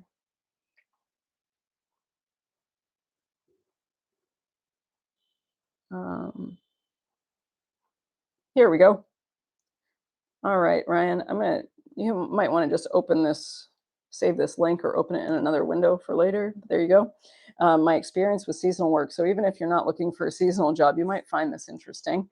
Um, if you haven't heard it before, one of my seasonal jobs was working at a very, very remote private members club in the mountains, and you basically had to drive 30 minutes on logging roads to get to it, and there were no signs. So if you weren't hired there or you weren't a member, you would never be able to find it. It was super peaceful. It was beautiful.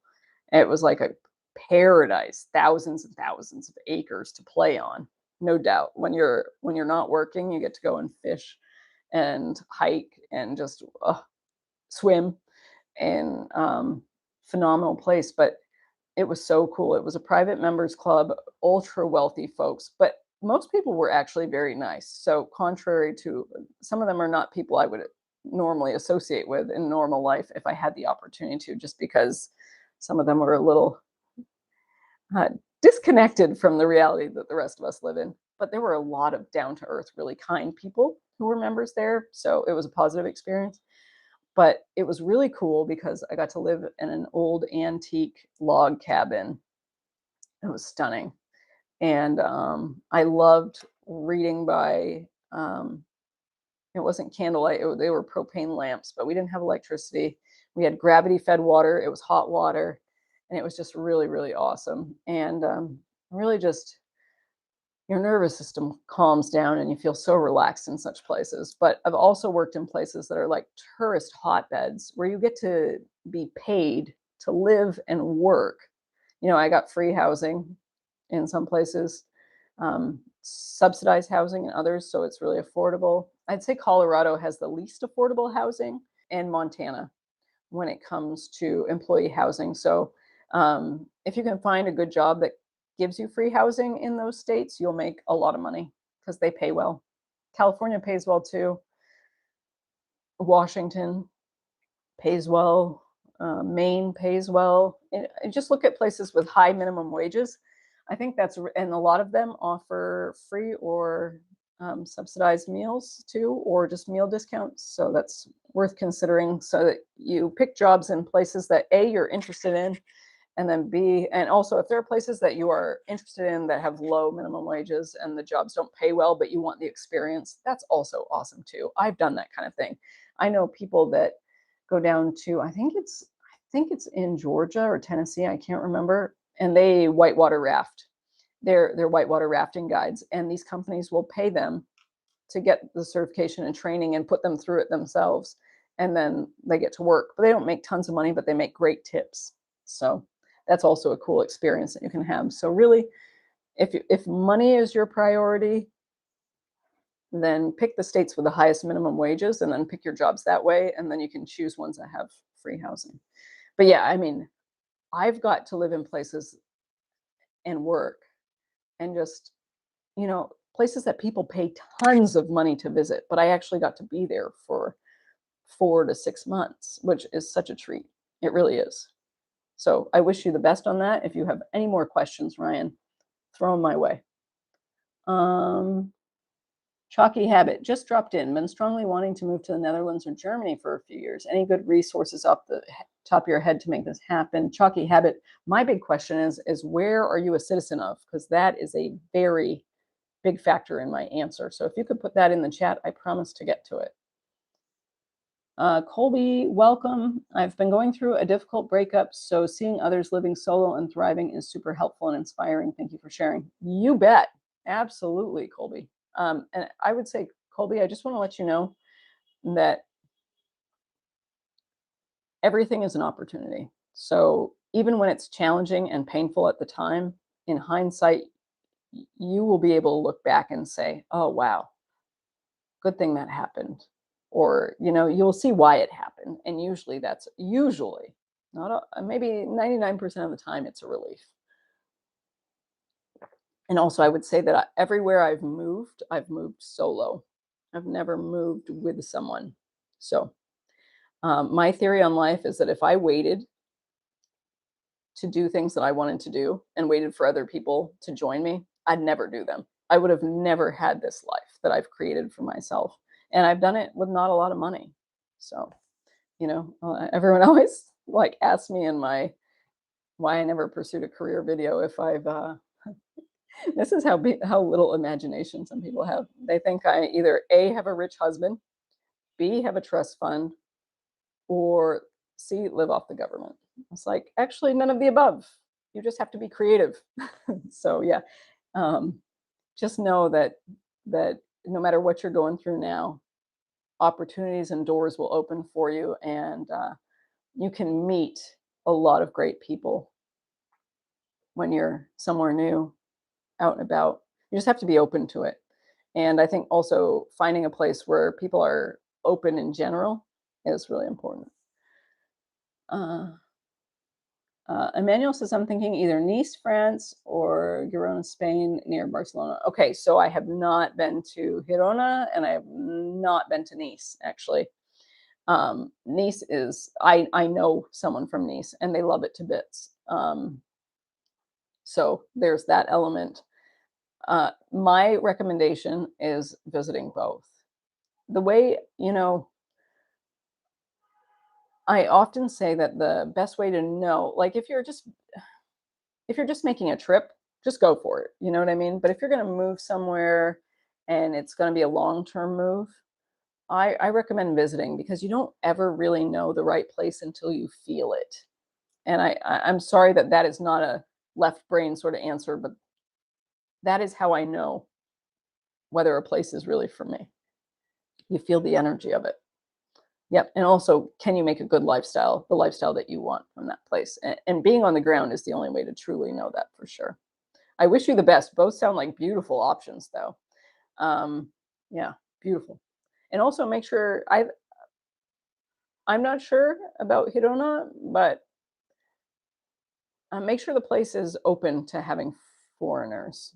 Okay, because I know that Barcelona, they don't want anything to do with foreigners at this point, like people who haven't lived, or at least foreigners who haven't lived there in a long time, and aren't fluent in their language. So just keep that in mind. I'm not sure if the area that you are looking at is similar, but just wanted to bring it up in case. Joey, can you talk more about making new friends while traveling or moving frequently? Okay, so traveling is easy, Joey. Here's the great thing is that meeting other people when you are traveling, especially abroad, is that all the other foreigners are also traveling and they're very open to meeting people. And I think you just, when you are traveling, you tend to meet people who are open like you are, right? They're curious and open. So meeting people is as simple as sitting next to someone in a cafe. It really is. Or, um, standing in line and someone asking you, oh, what did you just order? Is it good? Have you tried it before? And then conversation starts. Um, there is a great website called meetup.com, and I'm not sponsored by them. I have used it in the past, and it's for places all over the world, cities, medium size and large ones. And there, people post their activities on there, and people just sign up to join, and it's often free, or if there's a small cost, yeah, but it's not like people do this for profit. It's all to bring people together. And I used to use that in South Korea for hiking. It was really cool. I met some interesting people. So that's a great way. That's really, I honestly just recommend signing up for activities or going to events. And that's a really cool way. But mostly these days, I just meet people in cafes. It's like people just inevitably start talking to me, or I them. And it's always interesting. I noticed that when I'm traveling or living abroad, that people get cut straight through the small talk and go right to interesting conversation. Yeah. So there may be a small kind of superficial detail that opens the conversation, but it goes deep pretty quickly. And it's really fascinating. So yeah. But meetup.com is available all over the US, or not all over, but in many places, as well as abroad. Let's see. Innsbruck, Austria. Innsbruck is beautiful, Emmanuel, but I think it might be even more expensive than both of the other two places. So if that is, because Innsbruck is lovely, I love it. I love the history of classical music and everything there, and also nature-wise, it's gorgeous. But in that area, but it is expensive. So I don't know if that's important to you, but I thought I'd mention it. Pamela, I just smiled so genuinely when you spelled ach, ach something in South Korea. I wonder if you realize what rice paper doors mean to those who care. I don't. I don't know the history of shoji doors. I'm going to be real honest. Aesthetically, I love them. They're beautiful, but I really don't. Hey, Ryan, I'm glad you're here. I hope that information was helpful. You're so welcome. Josh, I'm Vietnamese. Thanks for visiting our country. Josh, thanks for tuning in. Yeah, your country is fascinating. I have to admit, I've got a bit of a crush on Hanoi. Hanoi is such a charming city, and the young people there as well are amazing. Amazing, amazing. Josh says, I'm in my final year of college and realize I hate it in chemical engineering. I like chemistry, but hate working with machinery. I can't find the will to push through. Any thoughts? Thank you. You know, I am not sure if Josh, have you ever watched my career video as to why I never pursued a career? I'm going to just post that link up for you. I hope it will help, but, and I'm not against careers. I think people don't get it. Like, they don't listen, or not this crowd. I'm talking about the thousands and thousands of people who sometimes post negative things in the comments. And if people disagree with me, I'm okay with that. But like, people just don't listen, and they realize they're contradicting something that I already addressed.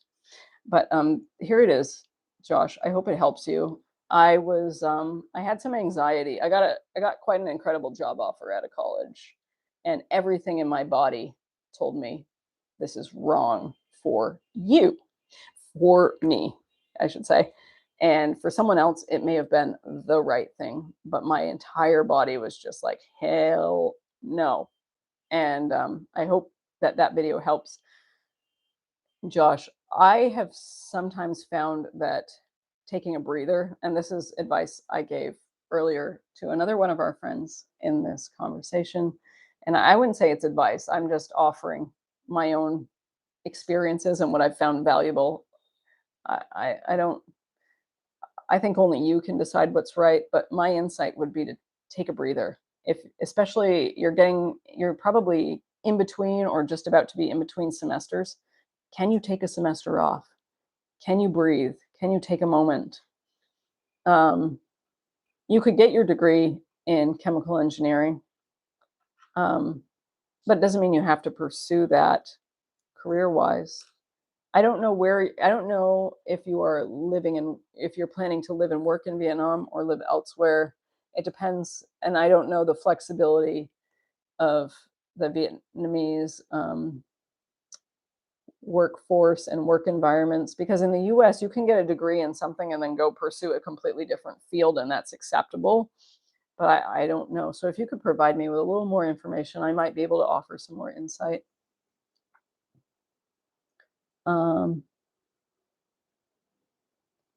what's the longest time you've gone without seeing your family since you've lived abroad for quite some time? Emmanuel, that's a great question. I think it's very hard to explain because I have family in the US, I have family in Greece, and I have family in Australia. So I can kind of see family, depending on, I just don't have family in Central and South America. So, and I've only traveled down there. But the longest, I would say, my family in Greece, when I lived, for example, when I lived in the UK, I didn't see my family for, I think, a year and a half. I went home for one holiday season, I think. I'm not sure. It could have been 3 years. I don't think I went home. I'm not sure. So at most 3 years, but a year and a half otherwise. because usually wherever I am, I can go visit some family. Like when I lived in the UK, I would see my family in Greece every 2, 3 months. It was nice. And going to, well, it was not nice. It was great. Going to Greece and checking out the beaches and relaxing and eating good food with family is a real treat. And it was also very cheap for me to go to Greece from the UK, so that was even better. Um, I hope that helps.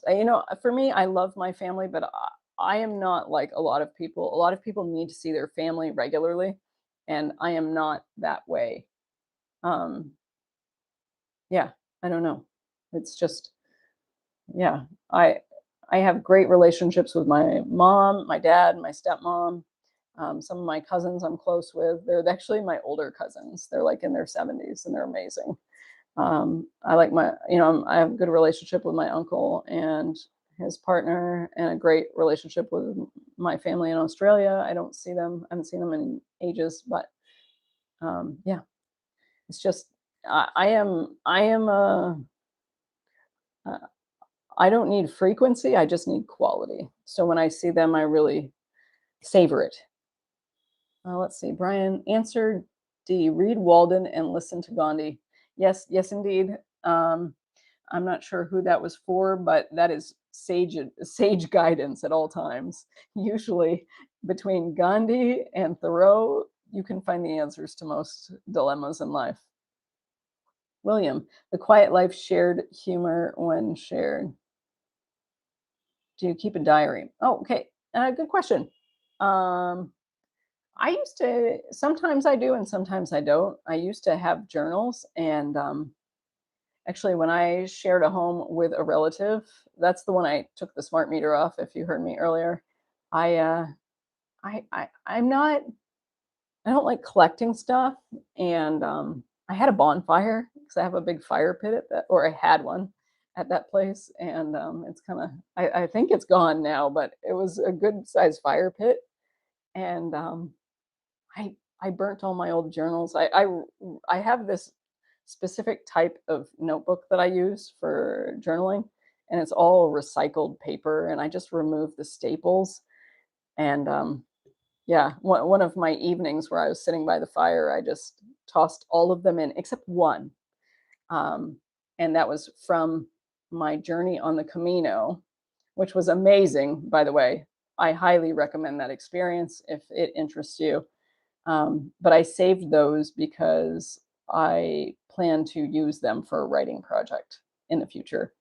Um, Maybe not too distant future. So yeah, I do think they're valuable, but also uh, I realize that I just don't go back to them. So said what I needed to say, but I don't. They're not. There are interesting observations in them, I'm sure, because some of my journals are about traveling and moments. But my theory nowadays is if I can't remember those memories, then maybe I can let them go.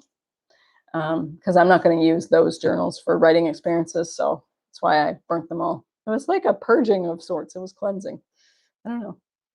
I'll probably do that again in the future, but I don't have, actually don't have any. I haven't been journaling much over the last few years at all. I usually just write on scrap paper, and then if it's not an idea for a project, I eventually toss it. Okay, the Global Vagabond just shared a valuable resource. Nerd Night is a wonderful place to meet people. Events happen in cities all over the world. I love this. Thank you. And Nerd Night sounds right up my alley because I don't drink and I am pretty nerdy. So thank you. Maybe I will find something I'm interested in. Okay, Josh, how long are you staying in Vietnam? There are so many. There's some nasty weather going on in the central region, flooding that destroy and cast away houses. You should stay in the north or the south for the safety. Actually, Josh. Yeah, I'm not. I'll be heading elsewhere actually in a few weeks. So, thank you. I know it's been pretty miserable, but I've been very safe where I am. Thank you. I appreciate that. Um, let's see. Pamela, Jasmine, did you ever visit Cape May in northern Scotland? I realize you know this is the home of the Queen Mother. No, I have not. I have not at all, actually. There's a lot of Scotland I'd love to explore, but I have not been there. Ryan, I am currently in Vietnam, and I am kind of, I will probably keep coming back to Vietnam, but I am going to be doing a little wandering around Southeast Asia. I used to live here. I know you're probably relatively new, but I used to live here, new to the community, sorry. I used to live here about 12 years ago. Yeah. Let's see. I moved away. I came to the region in 2012 and I didn't really leave until 2014. Yeah, so about 11 years, 12 years. Um, so, but do I still work seasonal jobs? No, I have not worked. My last job was in the hospitality industry, but I worked at the front desk of a hotel in the mountains in the US. And then I got promoted to night manager and I got to live on site at the hotel. And it was awesome. I loved, I loved most of my job. And my employer was very good to me and showed me a lot of respect. And I made some great friends with my coworkers. Sorry, I'm losing my voice. I'm getting a little, um, yeah, I normally don't talk so much in my life. So, but I love speaking with you all. Um, that said, if I ever decide that I need to earn more money or make more money. I don't like the idea of earning. I like to work for it, make it, create it for myself. That's how I think of money. I will. I'm not close to it. In fact, I was considering, and I may even still consider doing it for the summer. Uh, Not necessarily for the money reason, but just to get me away from a computer. I'd still do YouTube and Patreon, but I wouldn't be doing my freelance writing work on the side or editing work, and that would minimize some of my screen time because I like to do stuff that gets me outdoors, like gardening or housekeeping or something like that when I do seasonal work. So yeah, nope, not close to it, not close to it at all. But I don't know. I have several projects I want to work on and that I am working on at the moment that are for myself and for obviously the community at large here. But we'll see how that goes. Let's see. Yeah, so Josh, I am, to answer your question, I'm sorry, I kind of got distracted. I will be leaving in a few weeks and I will be back. What else? Go back. Hey, Pamela, I love how you say I appreciate all positive people on my channel. I do. I think that was the greatest thing about starting this channel is that somehow I have managed to encounter so many wonderful human beings who believe in taking charge of their own lives, not being victims, and really, and understanding that, life isn't always a cakewalk, that it is worth living, it is worth experiencing, it is worth seizing and, creating the life that we want for ourselves. I don't really resonate with I no judgment. It's just like I was in a victim state too at certain points in my life. And so it's no judgment, but I don't resonate with people who find reasons and excuses why they can't do something instead of looking for the reasons to how they can do something and how to make things work for them. I That's why I love here is like that even if someone's having a hard time, they'll ask me in the community like ideas on how to deal with something. And that to me is awesome because that just means that someone is switched on, that they're aware and they care about the quality of their life. And I love being around self-empowered people. It's really inspiring. Like when I did that transformational deep dive, um, I was floored. I was so floored with the appreciation for the people who actually attended because these are all people who are super motivated to shape their lives in a way that's meaningful to them. And that is inspiring. It is so inspiring. And I just, it makes my cells buzz when I get to um, be around people who are just, yeah, who own their lives. And I think that's the most important thing, of like, surround yourself with people who share the same values as you. And I don't expect people to agree with me. I don't care if people agree with me, as long as we all disagree respectfully, and we're all owning our lives. That's my number one. Aside from being kind and decent people, and respecting the environment and others, like, do you own your life? And yeah, that's what I look for in other people. And the people who don't, and who tend to sit in victim mode, they they don't really stick around very long, because I bother them. Let's put it that way.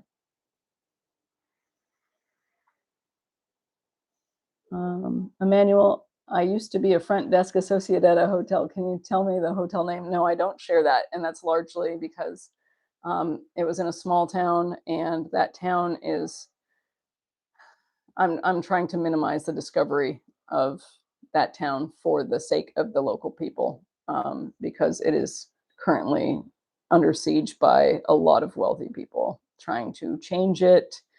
It's like, what I don't understand is why a lot of upper middle class and wealthy folks, they find these places that they love, and then they just move there, or they try to take it over because they don't like where they were, but then they try to do the same things that created the place, the mess that they just fled. And that's kind of what's going on there. And I don't want I just want to leave that town to itself. And yeah, that's the reason I don't. It's just, there are certain places that are worth left being unmentioned in the world. Yeah.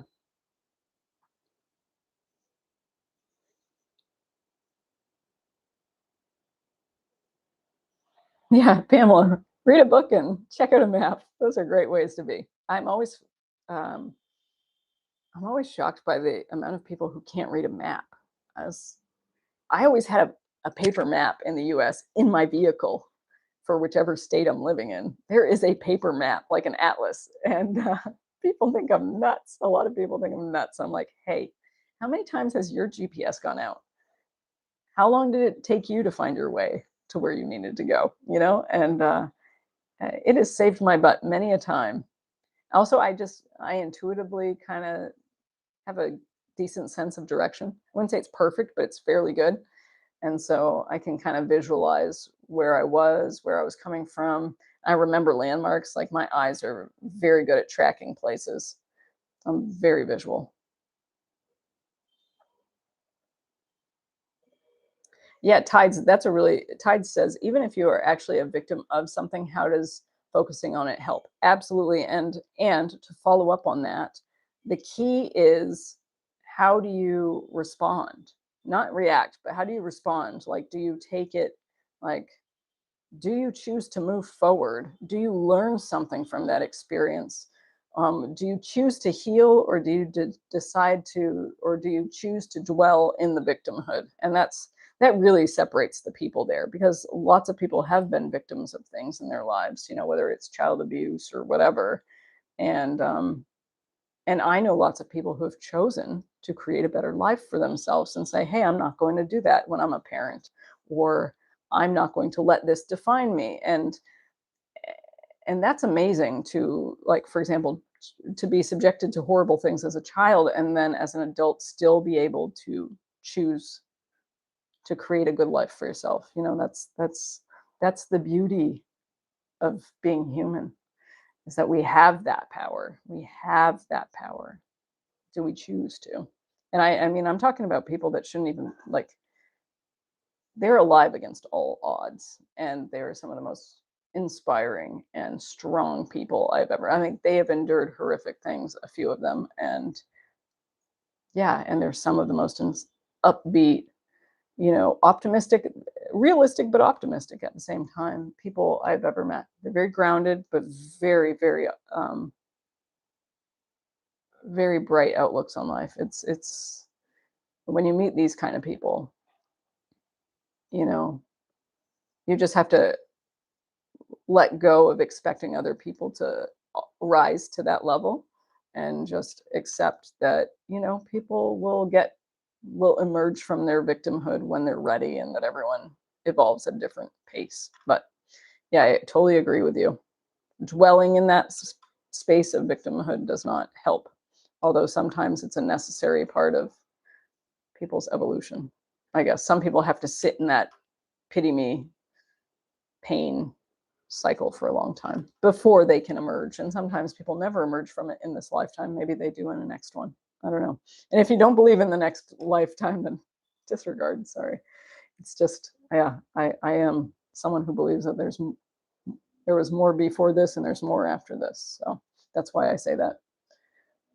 Ryan asks, did I ever do van life? No, I have not. That said, I couldn't do it long term, but I think it would be really interesting. I've done some road trips in the US. I did one across the country. Um, I think it would be really interesting to do it for, say, 3 to 6 months, just to go hiking and swimming in waterfalls and, yeah, basically, and surfing. I think that would be it. But it's not something I could do long term, because I like, uh, just like I don't plan to make Vietnam. Just also, there's a visa situation here where you have to leave the country every 3 months. So there's no opportunity for a residency visa unless you are employed here, and I'm not going to be employed here, or you marry. Yeah, you marry a local person, and I I don't think that that's going to happen. Just, I think culturally, I don't know. I'm not saying it wouldn't, but culturally, it's so different than what I am uh, accustomed to. Also, I love how close the Vietnamese families are, but I personally, like, I'm close with my family. But if I had to spend that much time with anyone, whether I love them or not, I I I would feel drained. And so, unless someone comes from a very unique family situation where that isn't the case, then I couldn't see myself marrying. So therefore, I wouldn't stay here long term. But I do like having a place to call home. I'm a little. I may live all over the place, but I am grounded in that sense. So van life would have to just be an adventure with a rough or estimated expiration date for me. Um, Emmanuel, what's the worst place I ever lived? I don't think I've ever had a worse place. I it's kind of hard. I don't think in terms of ranking, to be honest.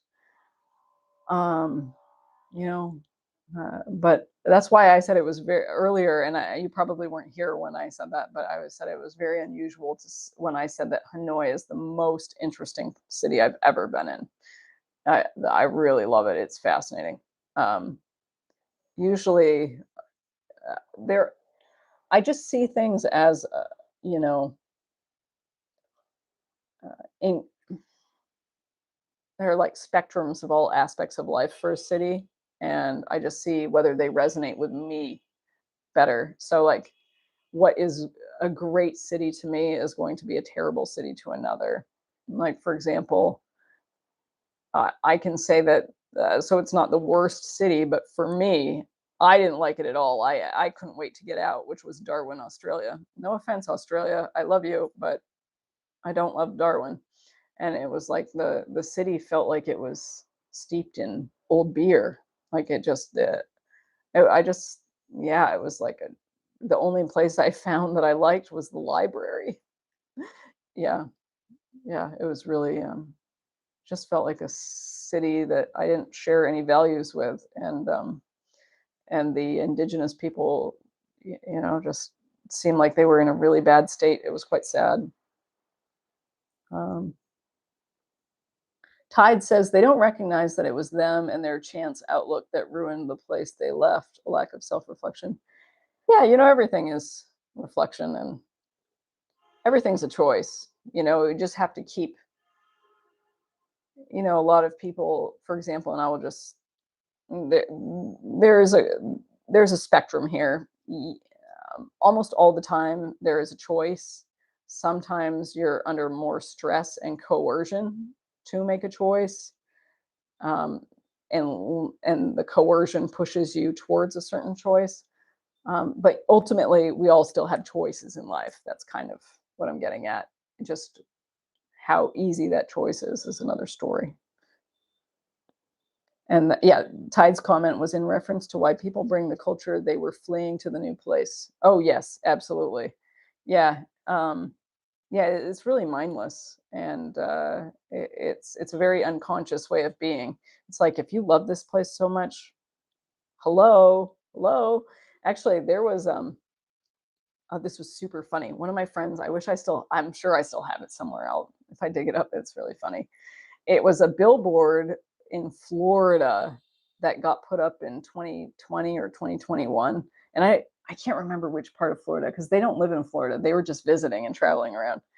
And it said, "Welcome to Florida. Um, don't vote for what you fled," or something like that. And I cracked up so hard. I was like, oh my gosh, that's what I've been talking about for eons, because people have that unconscious tendency to do that all over the world, to take to go somewhere new and forget that why they were drawn there, and then try to make it like the place that they left, that they didn't like. Eh, anyway, yeah. Oh, well, folks, I have been rambling for 2 hours, and my voice is running out. The good news is that I'm not exhausted, which is great. It was one of the reasons I canceled the second transformational deep dive, is because I wasn't sure I was going to have the energy for it. But I'll do another one in the new year, sometime in February, maybe. But does anyone have any questions or anything you just want me to talk about? Otherwise, I will call it a day. Ah, you're most welcome.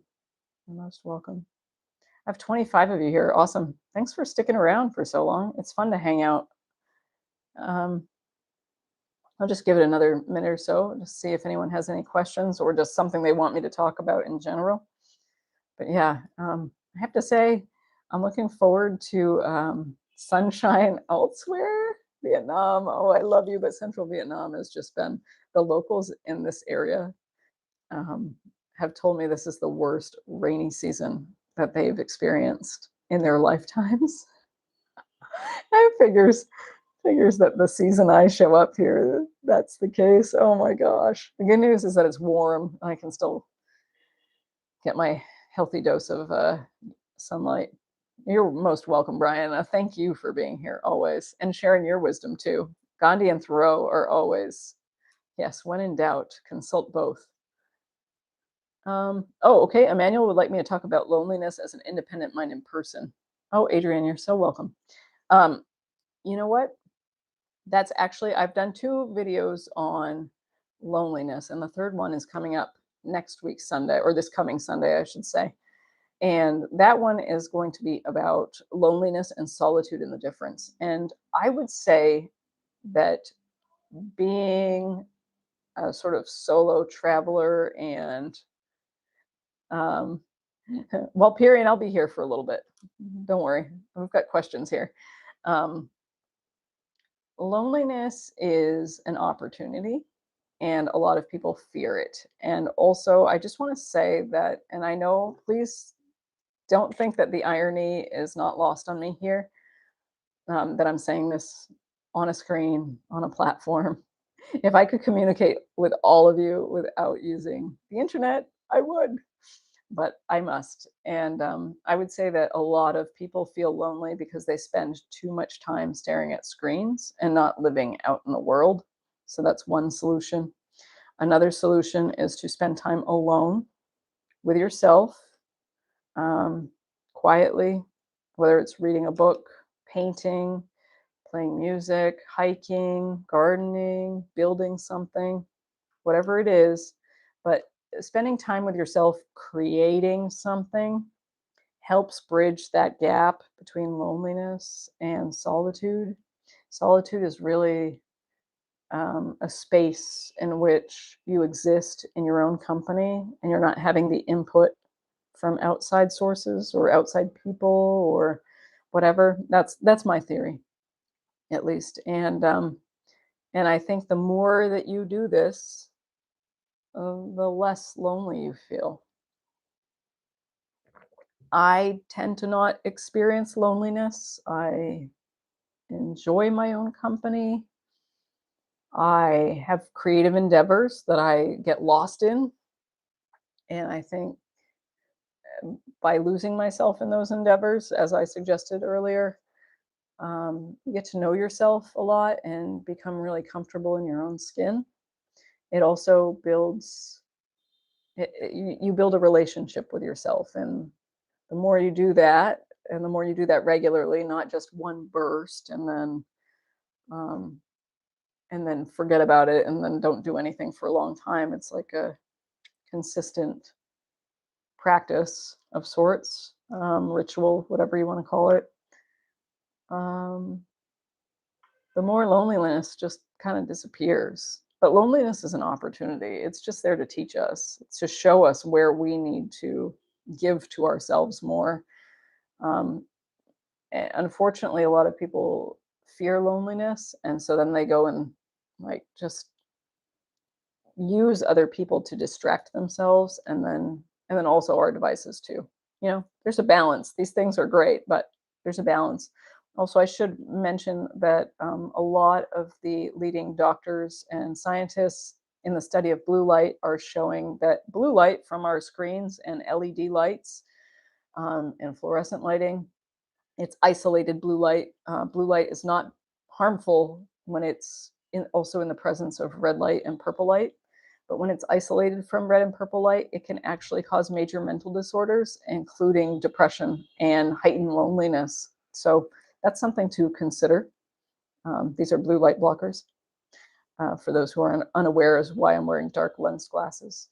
But that's just something to consider, or lots of things to consider. And you decide what's right for you. But those are my views on loneliness. I've been doing this a long time. And actually, after spending just I'm sure you'll notice a difference if you even just start spending a little bit of time every day or several times a week doing something that is deeply creative.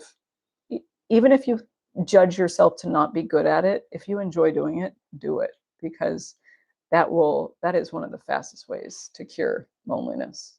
And you'll realize it just doesn't exist for you. Yeah. And it will save you from blindly throwing yourself into relationships just to mask and like sort of put a bandage on your loneliness. It doesn't solve anything, right? Yeah. And then that way, my theory is that whenever I get into a relationship, at least it's because I'm really drawn to this person, not because I need them to distract me or anything of the sort. Good question.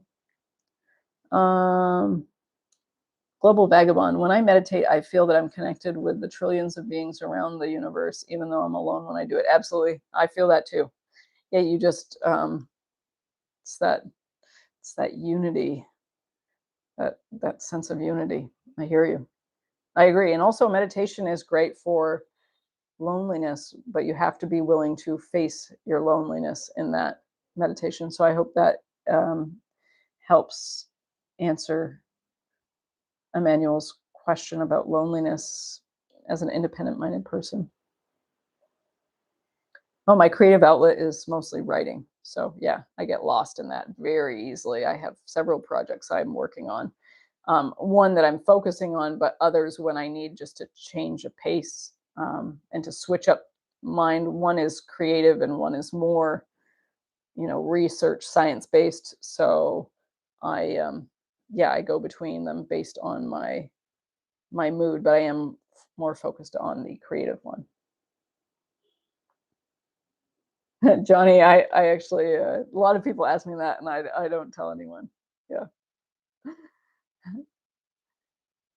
Eric says ultimately life is what you make of it. Absolutely, and that's why I love this community is because that's the one thing we all have in common, is that we believe that we are in charge of our own lives, and we have the choice on how we respond to what life throws at us. We may not be able to control everything that happens in our lives, but we have the choice to control how we respond and to shape our lives. Anything else? And Johnny, you're welcome to take a guess as to my zodiac sign. I will not tell you what it is, but I will tell you if I have that in my chart. I will not say what my sun sign is, because there are many different elements and zodiac signs in my chart that have major influences. Valperian says, yes, no input feels brilliant. Creative hobbies like music and painting were sometimes saviors. I hear you. No input is a major gift that we can give to ourselves. And also, we are not, I can't remember what the exact thing is, so I'm not going to repeat it, but it was something to the effect of, in a year, yeah, I can't repeat it fully, but it was something like in a year, the average human that uses the internet consumes the equivalent of information online to that of the Library of Congress in a year. And neuroscientists the world over have all agreed that our brains are not made to cope with that. And that is something that I've been working on for several years. It's really being selective about what I take in. I'm not always, like, when I've been in bed this week, or not all the time, but I've been spending at least half the day in bed to rest and just not work and everything, and to just be somewhere quiet-ish. That's not been good because I've been listening to podcasts and stuff, and so it's time for some no input days.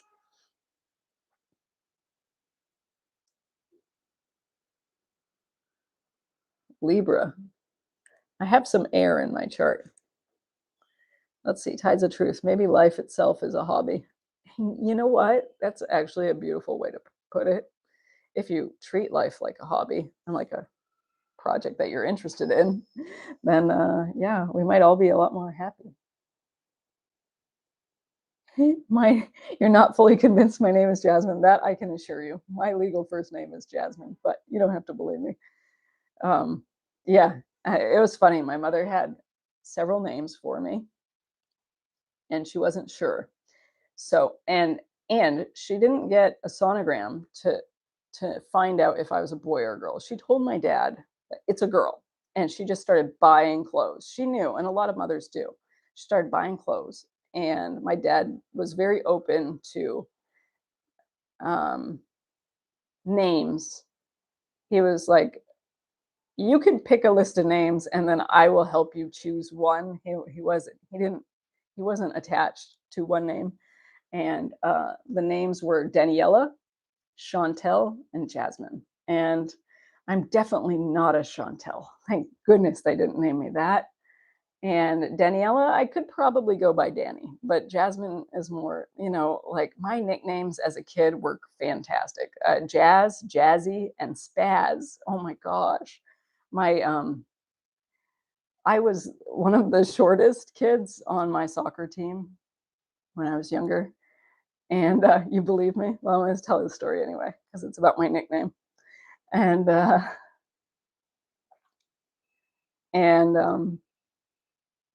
was the smallest, but I was probably the most fearless. I don't know. I was just,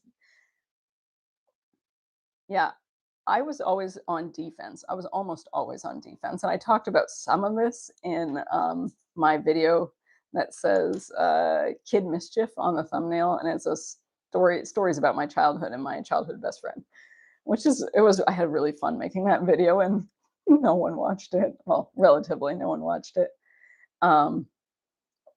And I was always a fullback and sometimes a sweeper. Okay. And if anyone knows soccer or football, as the rest of the world calls it outside of the US, um, the sweeper is usually a much taller, stronger person than tiny, pint sized me. And I was also skinny as a rail as a little kid. Like I just had a really high metabolism. So when I would I would sometimes be sweeper and then or fullback. Let's just say when I was fullback, this has happened more often when I was fullback. I would sprint all the way up to the front of the line, and I would often end up playing on offense as well because I was super fast, and that's not normally acceptable, but the coach was okay with it because sometimes my even though my skill set wasn't amazing, it was my speed that often saved things, so he was okay with it. But the result was is that he called me spaz because I was like this it was like 1 minute I'm doing something like just, blocking a goal, and the next minute I am sprinting at warp speed. And so he just called me Spaz, and then Spaz stuck, and Spaz was, yeah. Anyway, Brian, you're off your joking comment got a little childhood story out of me. Douglas, what books would you recommend reading that have the most impact on your life? Excellent question, Douglas. You know what? Um, I have several, and I do share some of them in my book video, and I am going to pull that link up for you, but I'm happy to talk about them here, some here as well that aren't necessarily in that video. Just bear with me. I'm going to get that link for you and anyone else who is interested. Um, sorry, I never remember the titles, but I remember what the thumbnails say. So the titles are often longer. Here we are. Here is the book video. And I go through a lot of the I go through several bookshelves. I don't go through my entire collection because I always store books at a relative's house. I have several like storage containers, like, they're not, I don't mean like a literal like shipping container type thing at a relative's house. And I keep books there, and then I would rotate through them wherever I was to take fresh books with me, take old books. I often, if I never am going to read a book again, I give it away. But all the books I have, I've either haven't read yet or I've read them and I plan to go back to them. I reference them a lot, but I am happy to talk about a few. Tides is absolutely right. Um,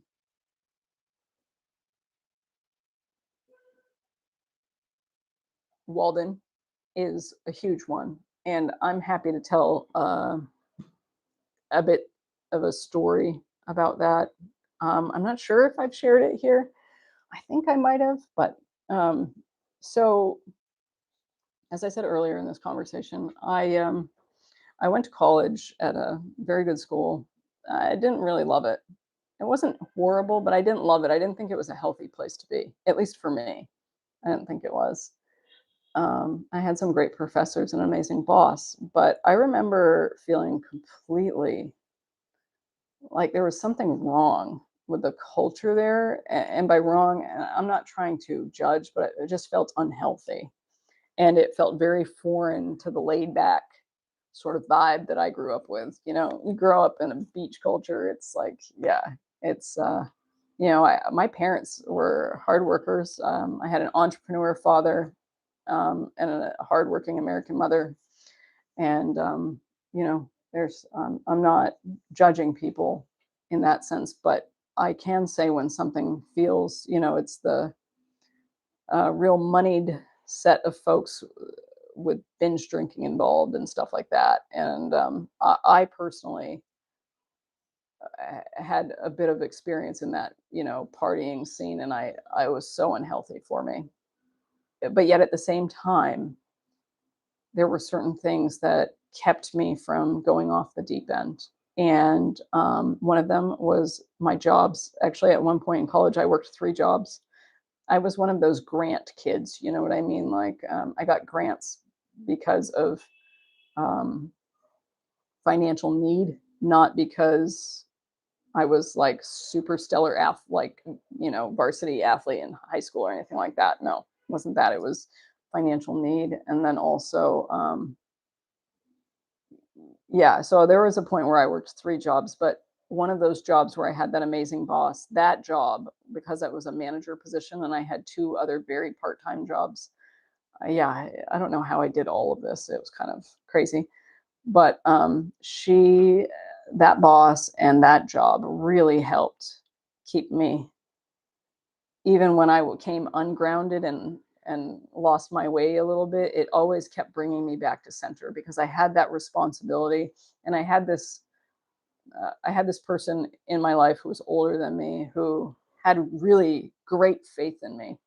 And so that was one, but books also kept me grounded. And this is to answer your question.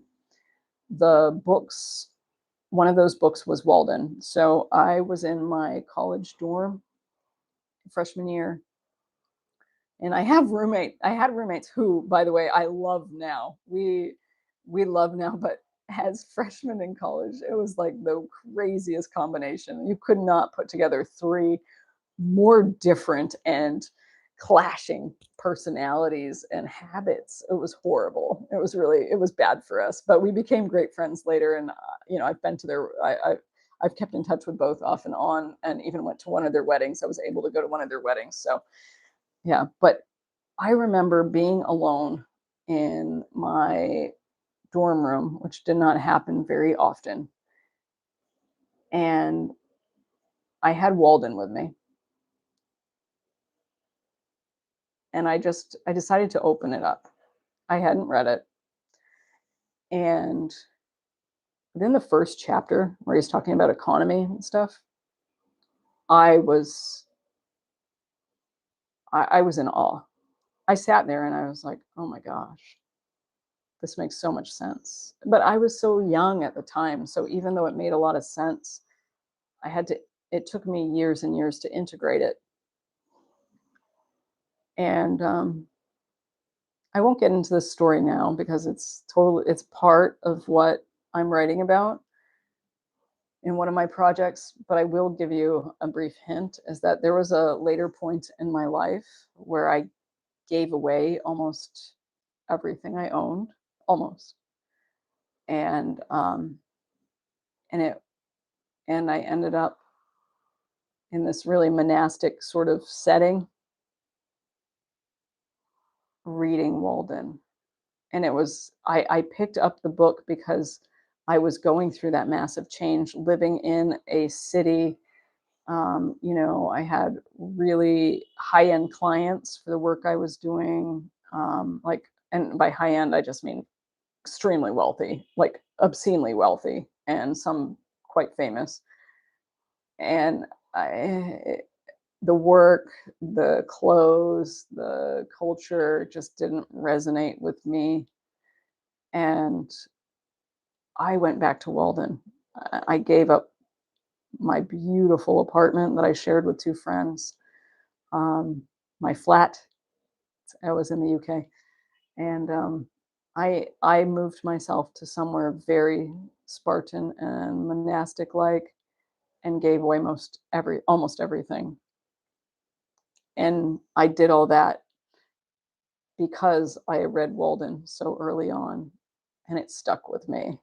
And I return to it over and over again, and I always pick up something that I missed, because I believe that when you find a book that resonates with you and it resonates with you throughout the years, you bring a different lens to it each time you read it because you're in a different phase of life or a different chapter.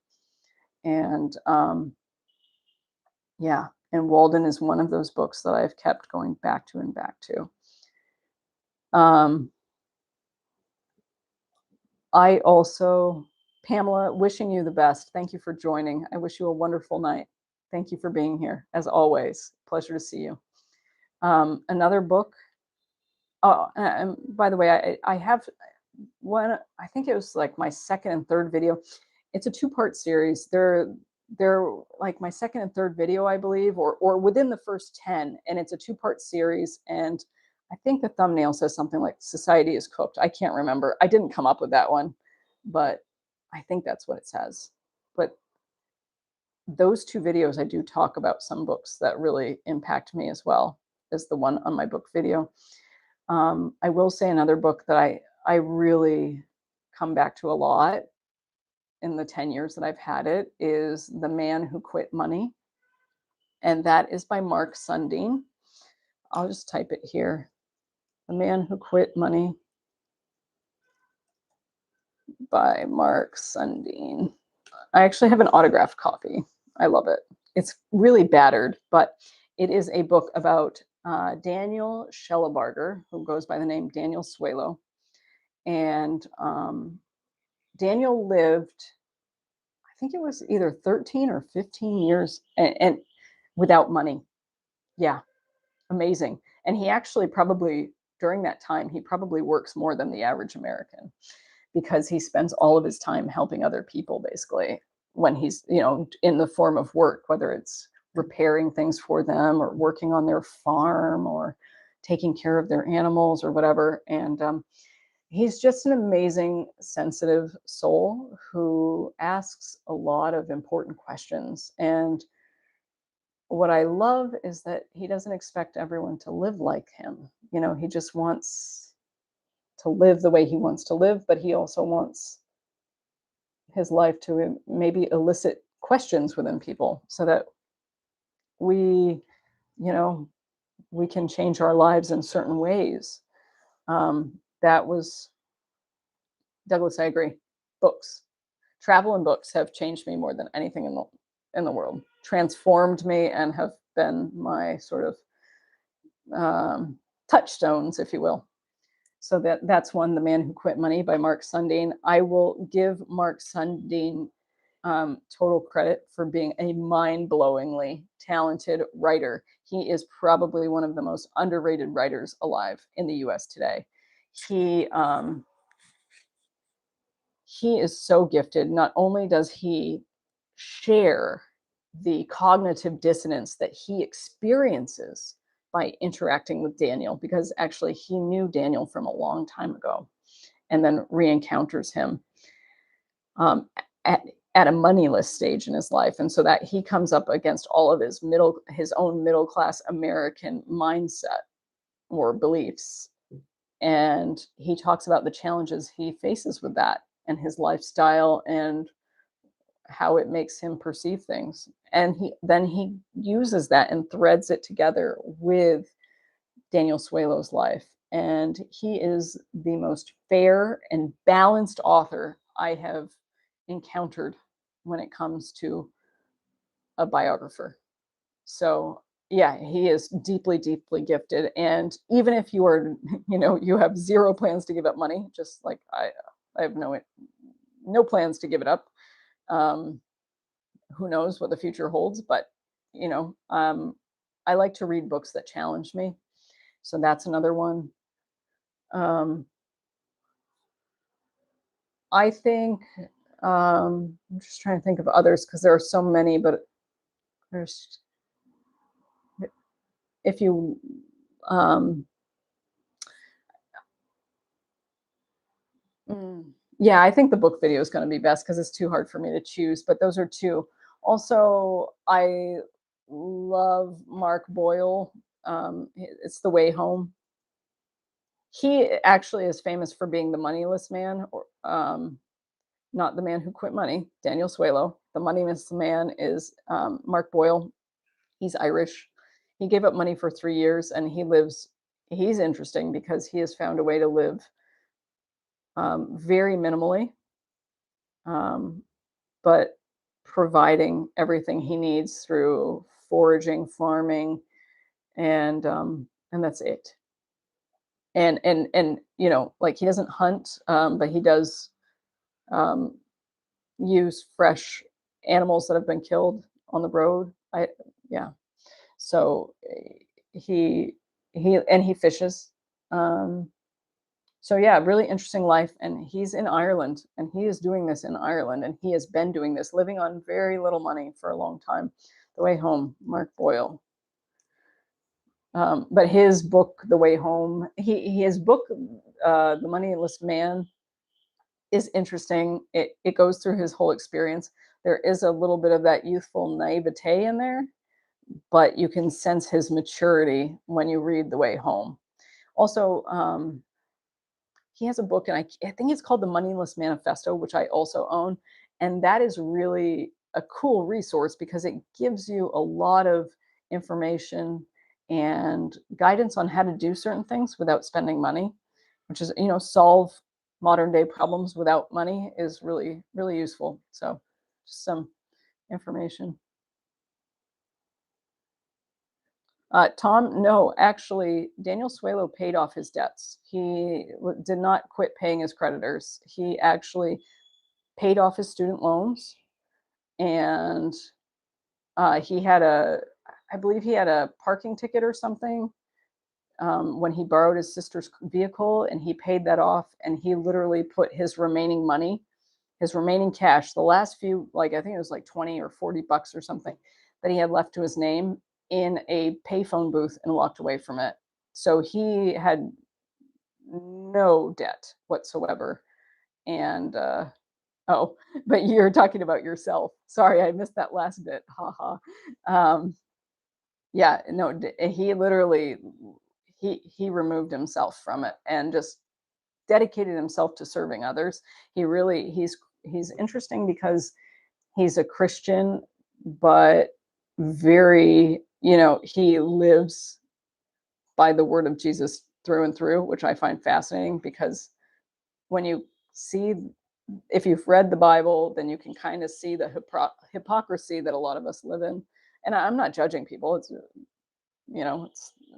I don't say someone's a bad Christian or bad Muslim or bad anything. Like, no, I'm just saying that a lot of us do not, who say that we are Christians, do not necessarily live as Jesus did, even though we think we do. But he really does live like Jesus, and he spends his life serving others. He did have to start using money a few years ago. Yeah, I know, Thomas. I'm sorry, Tom. Yeah, I caught that after. Um, he did start using money again, but that was because he wanted to take care of his elderly parents. So he had to stop living the way he did and move in with them and start paying their bills and buying food at the grocery store. Um, yeah, he had to move back into like a sort of suburban area of a city to care for them. And yeah, it was really, um, I think it probably posed some challenges, but he hasn't posted online in a long time. But it's a real shame. I'd love to hear a follow-up book.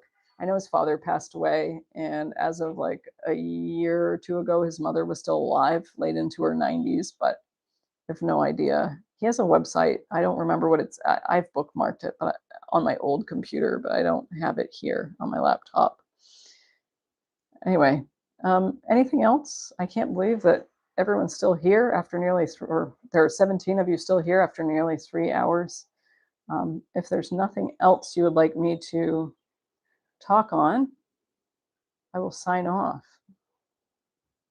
It's been an absolute treat. I will give it just a few seconds. If there's anything else anyone would like me to speak about, please put it in the comments section before I decide to call it a day. The good news here is that it's only 10 a.m., almost 10 a.m., but I realize for a lot of you it's almost 10 p.m.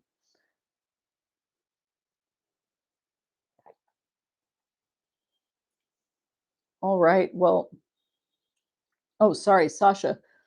I missed your comment here. I presume the title of this video was intended for people resistant to change. Do you consider yourself one of the chronically resistant, or were you previously?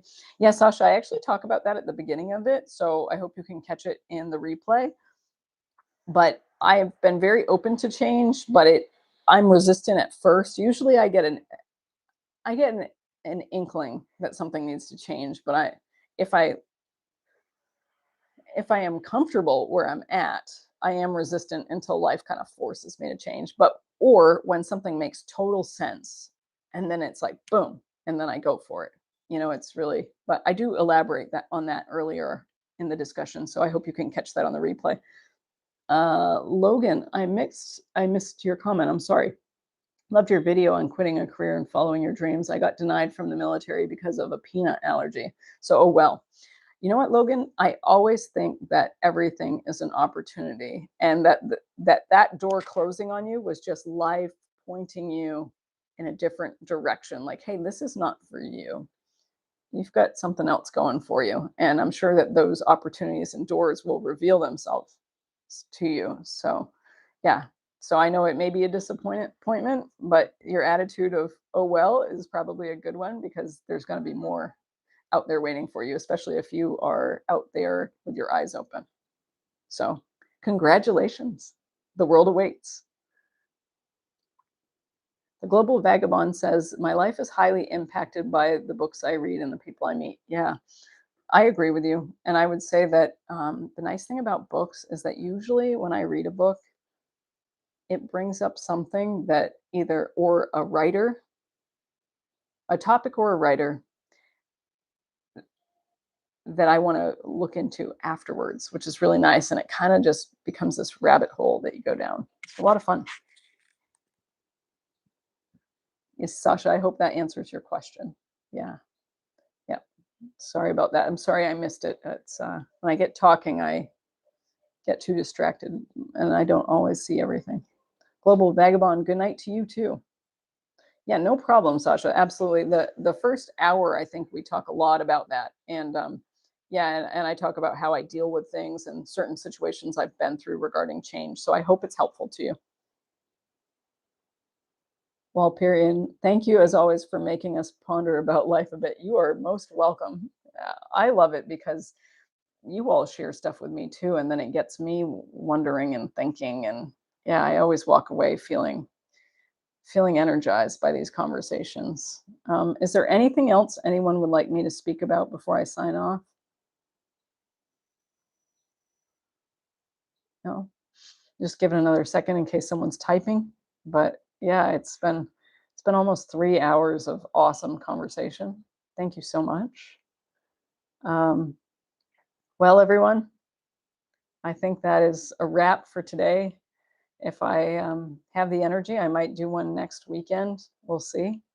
But I wish you the best. I wish if you're in the US and you celebrate Thanksgiving, I wish you a wonderful holiday. Happy Thanksgiving. And I just wanted to thank you for being here and for being a really inspiring group of people. Like I said, I am always inspired to be around curious, dynamic, talented, awesome humans. You all are a breath of fresh air. And yeah, thank you. I so appreciate it. And thank you, Glenn. I appreciate that. You too, Brian. Thank you. Thank you, Pamela. Thank you, Tom. Yeah, amazing. You're a wonderful, wonderful group of humans. Yeah. Hi, user DE5Z something, something, something. Thank you. Anyway, until next time, my friends, I wish you all the best. Have a wonderful time. Get outdoors, read books, be with friends, family. Just love life. It's worth it. Take care, everyone. I'll see you soon. Bye for now.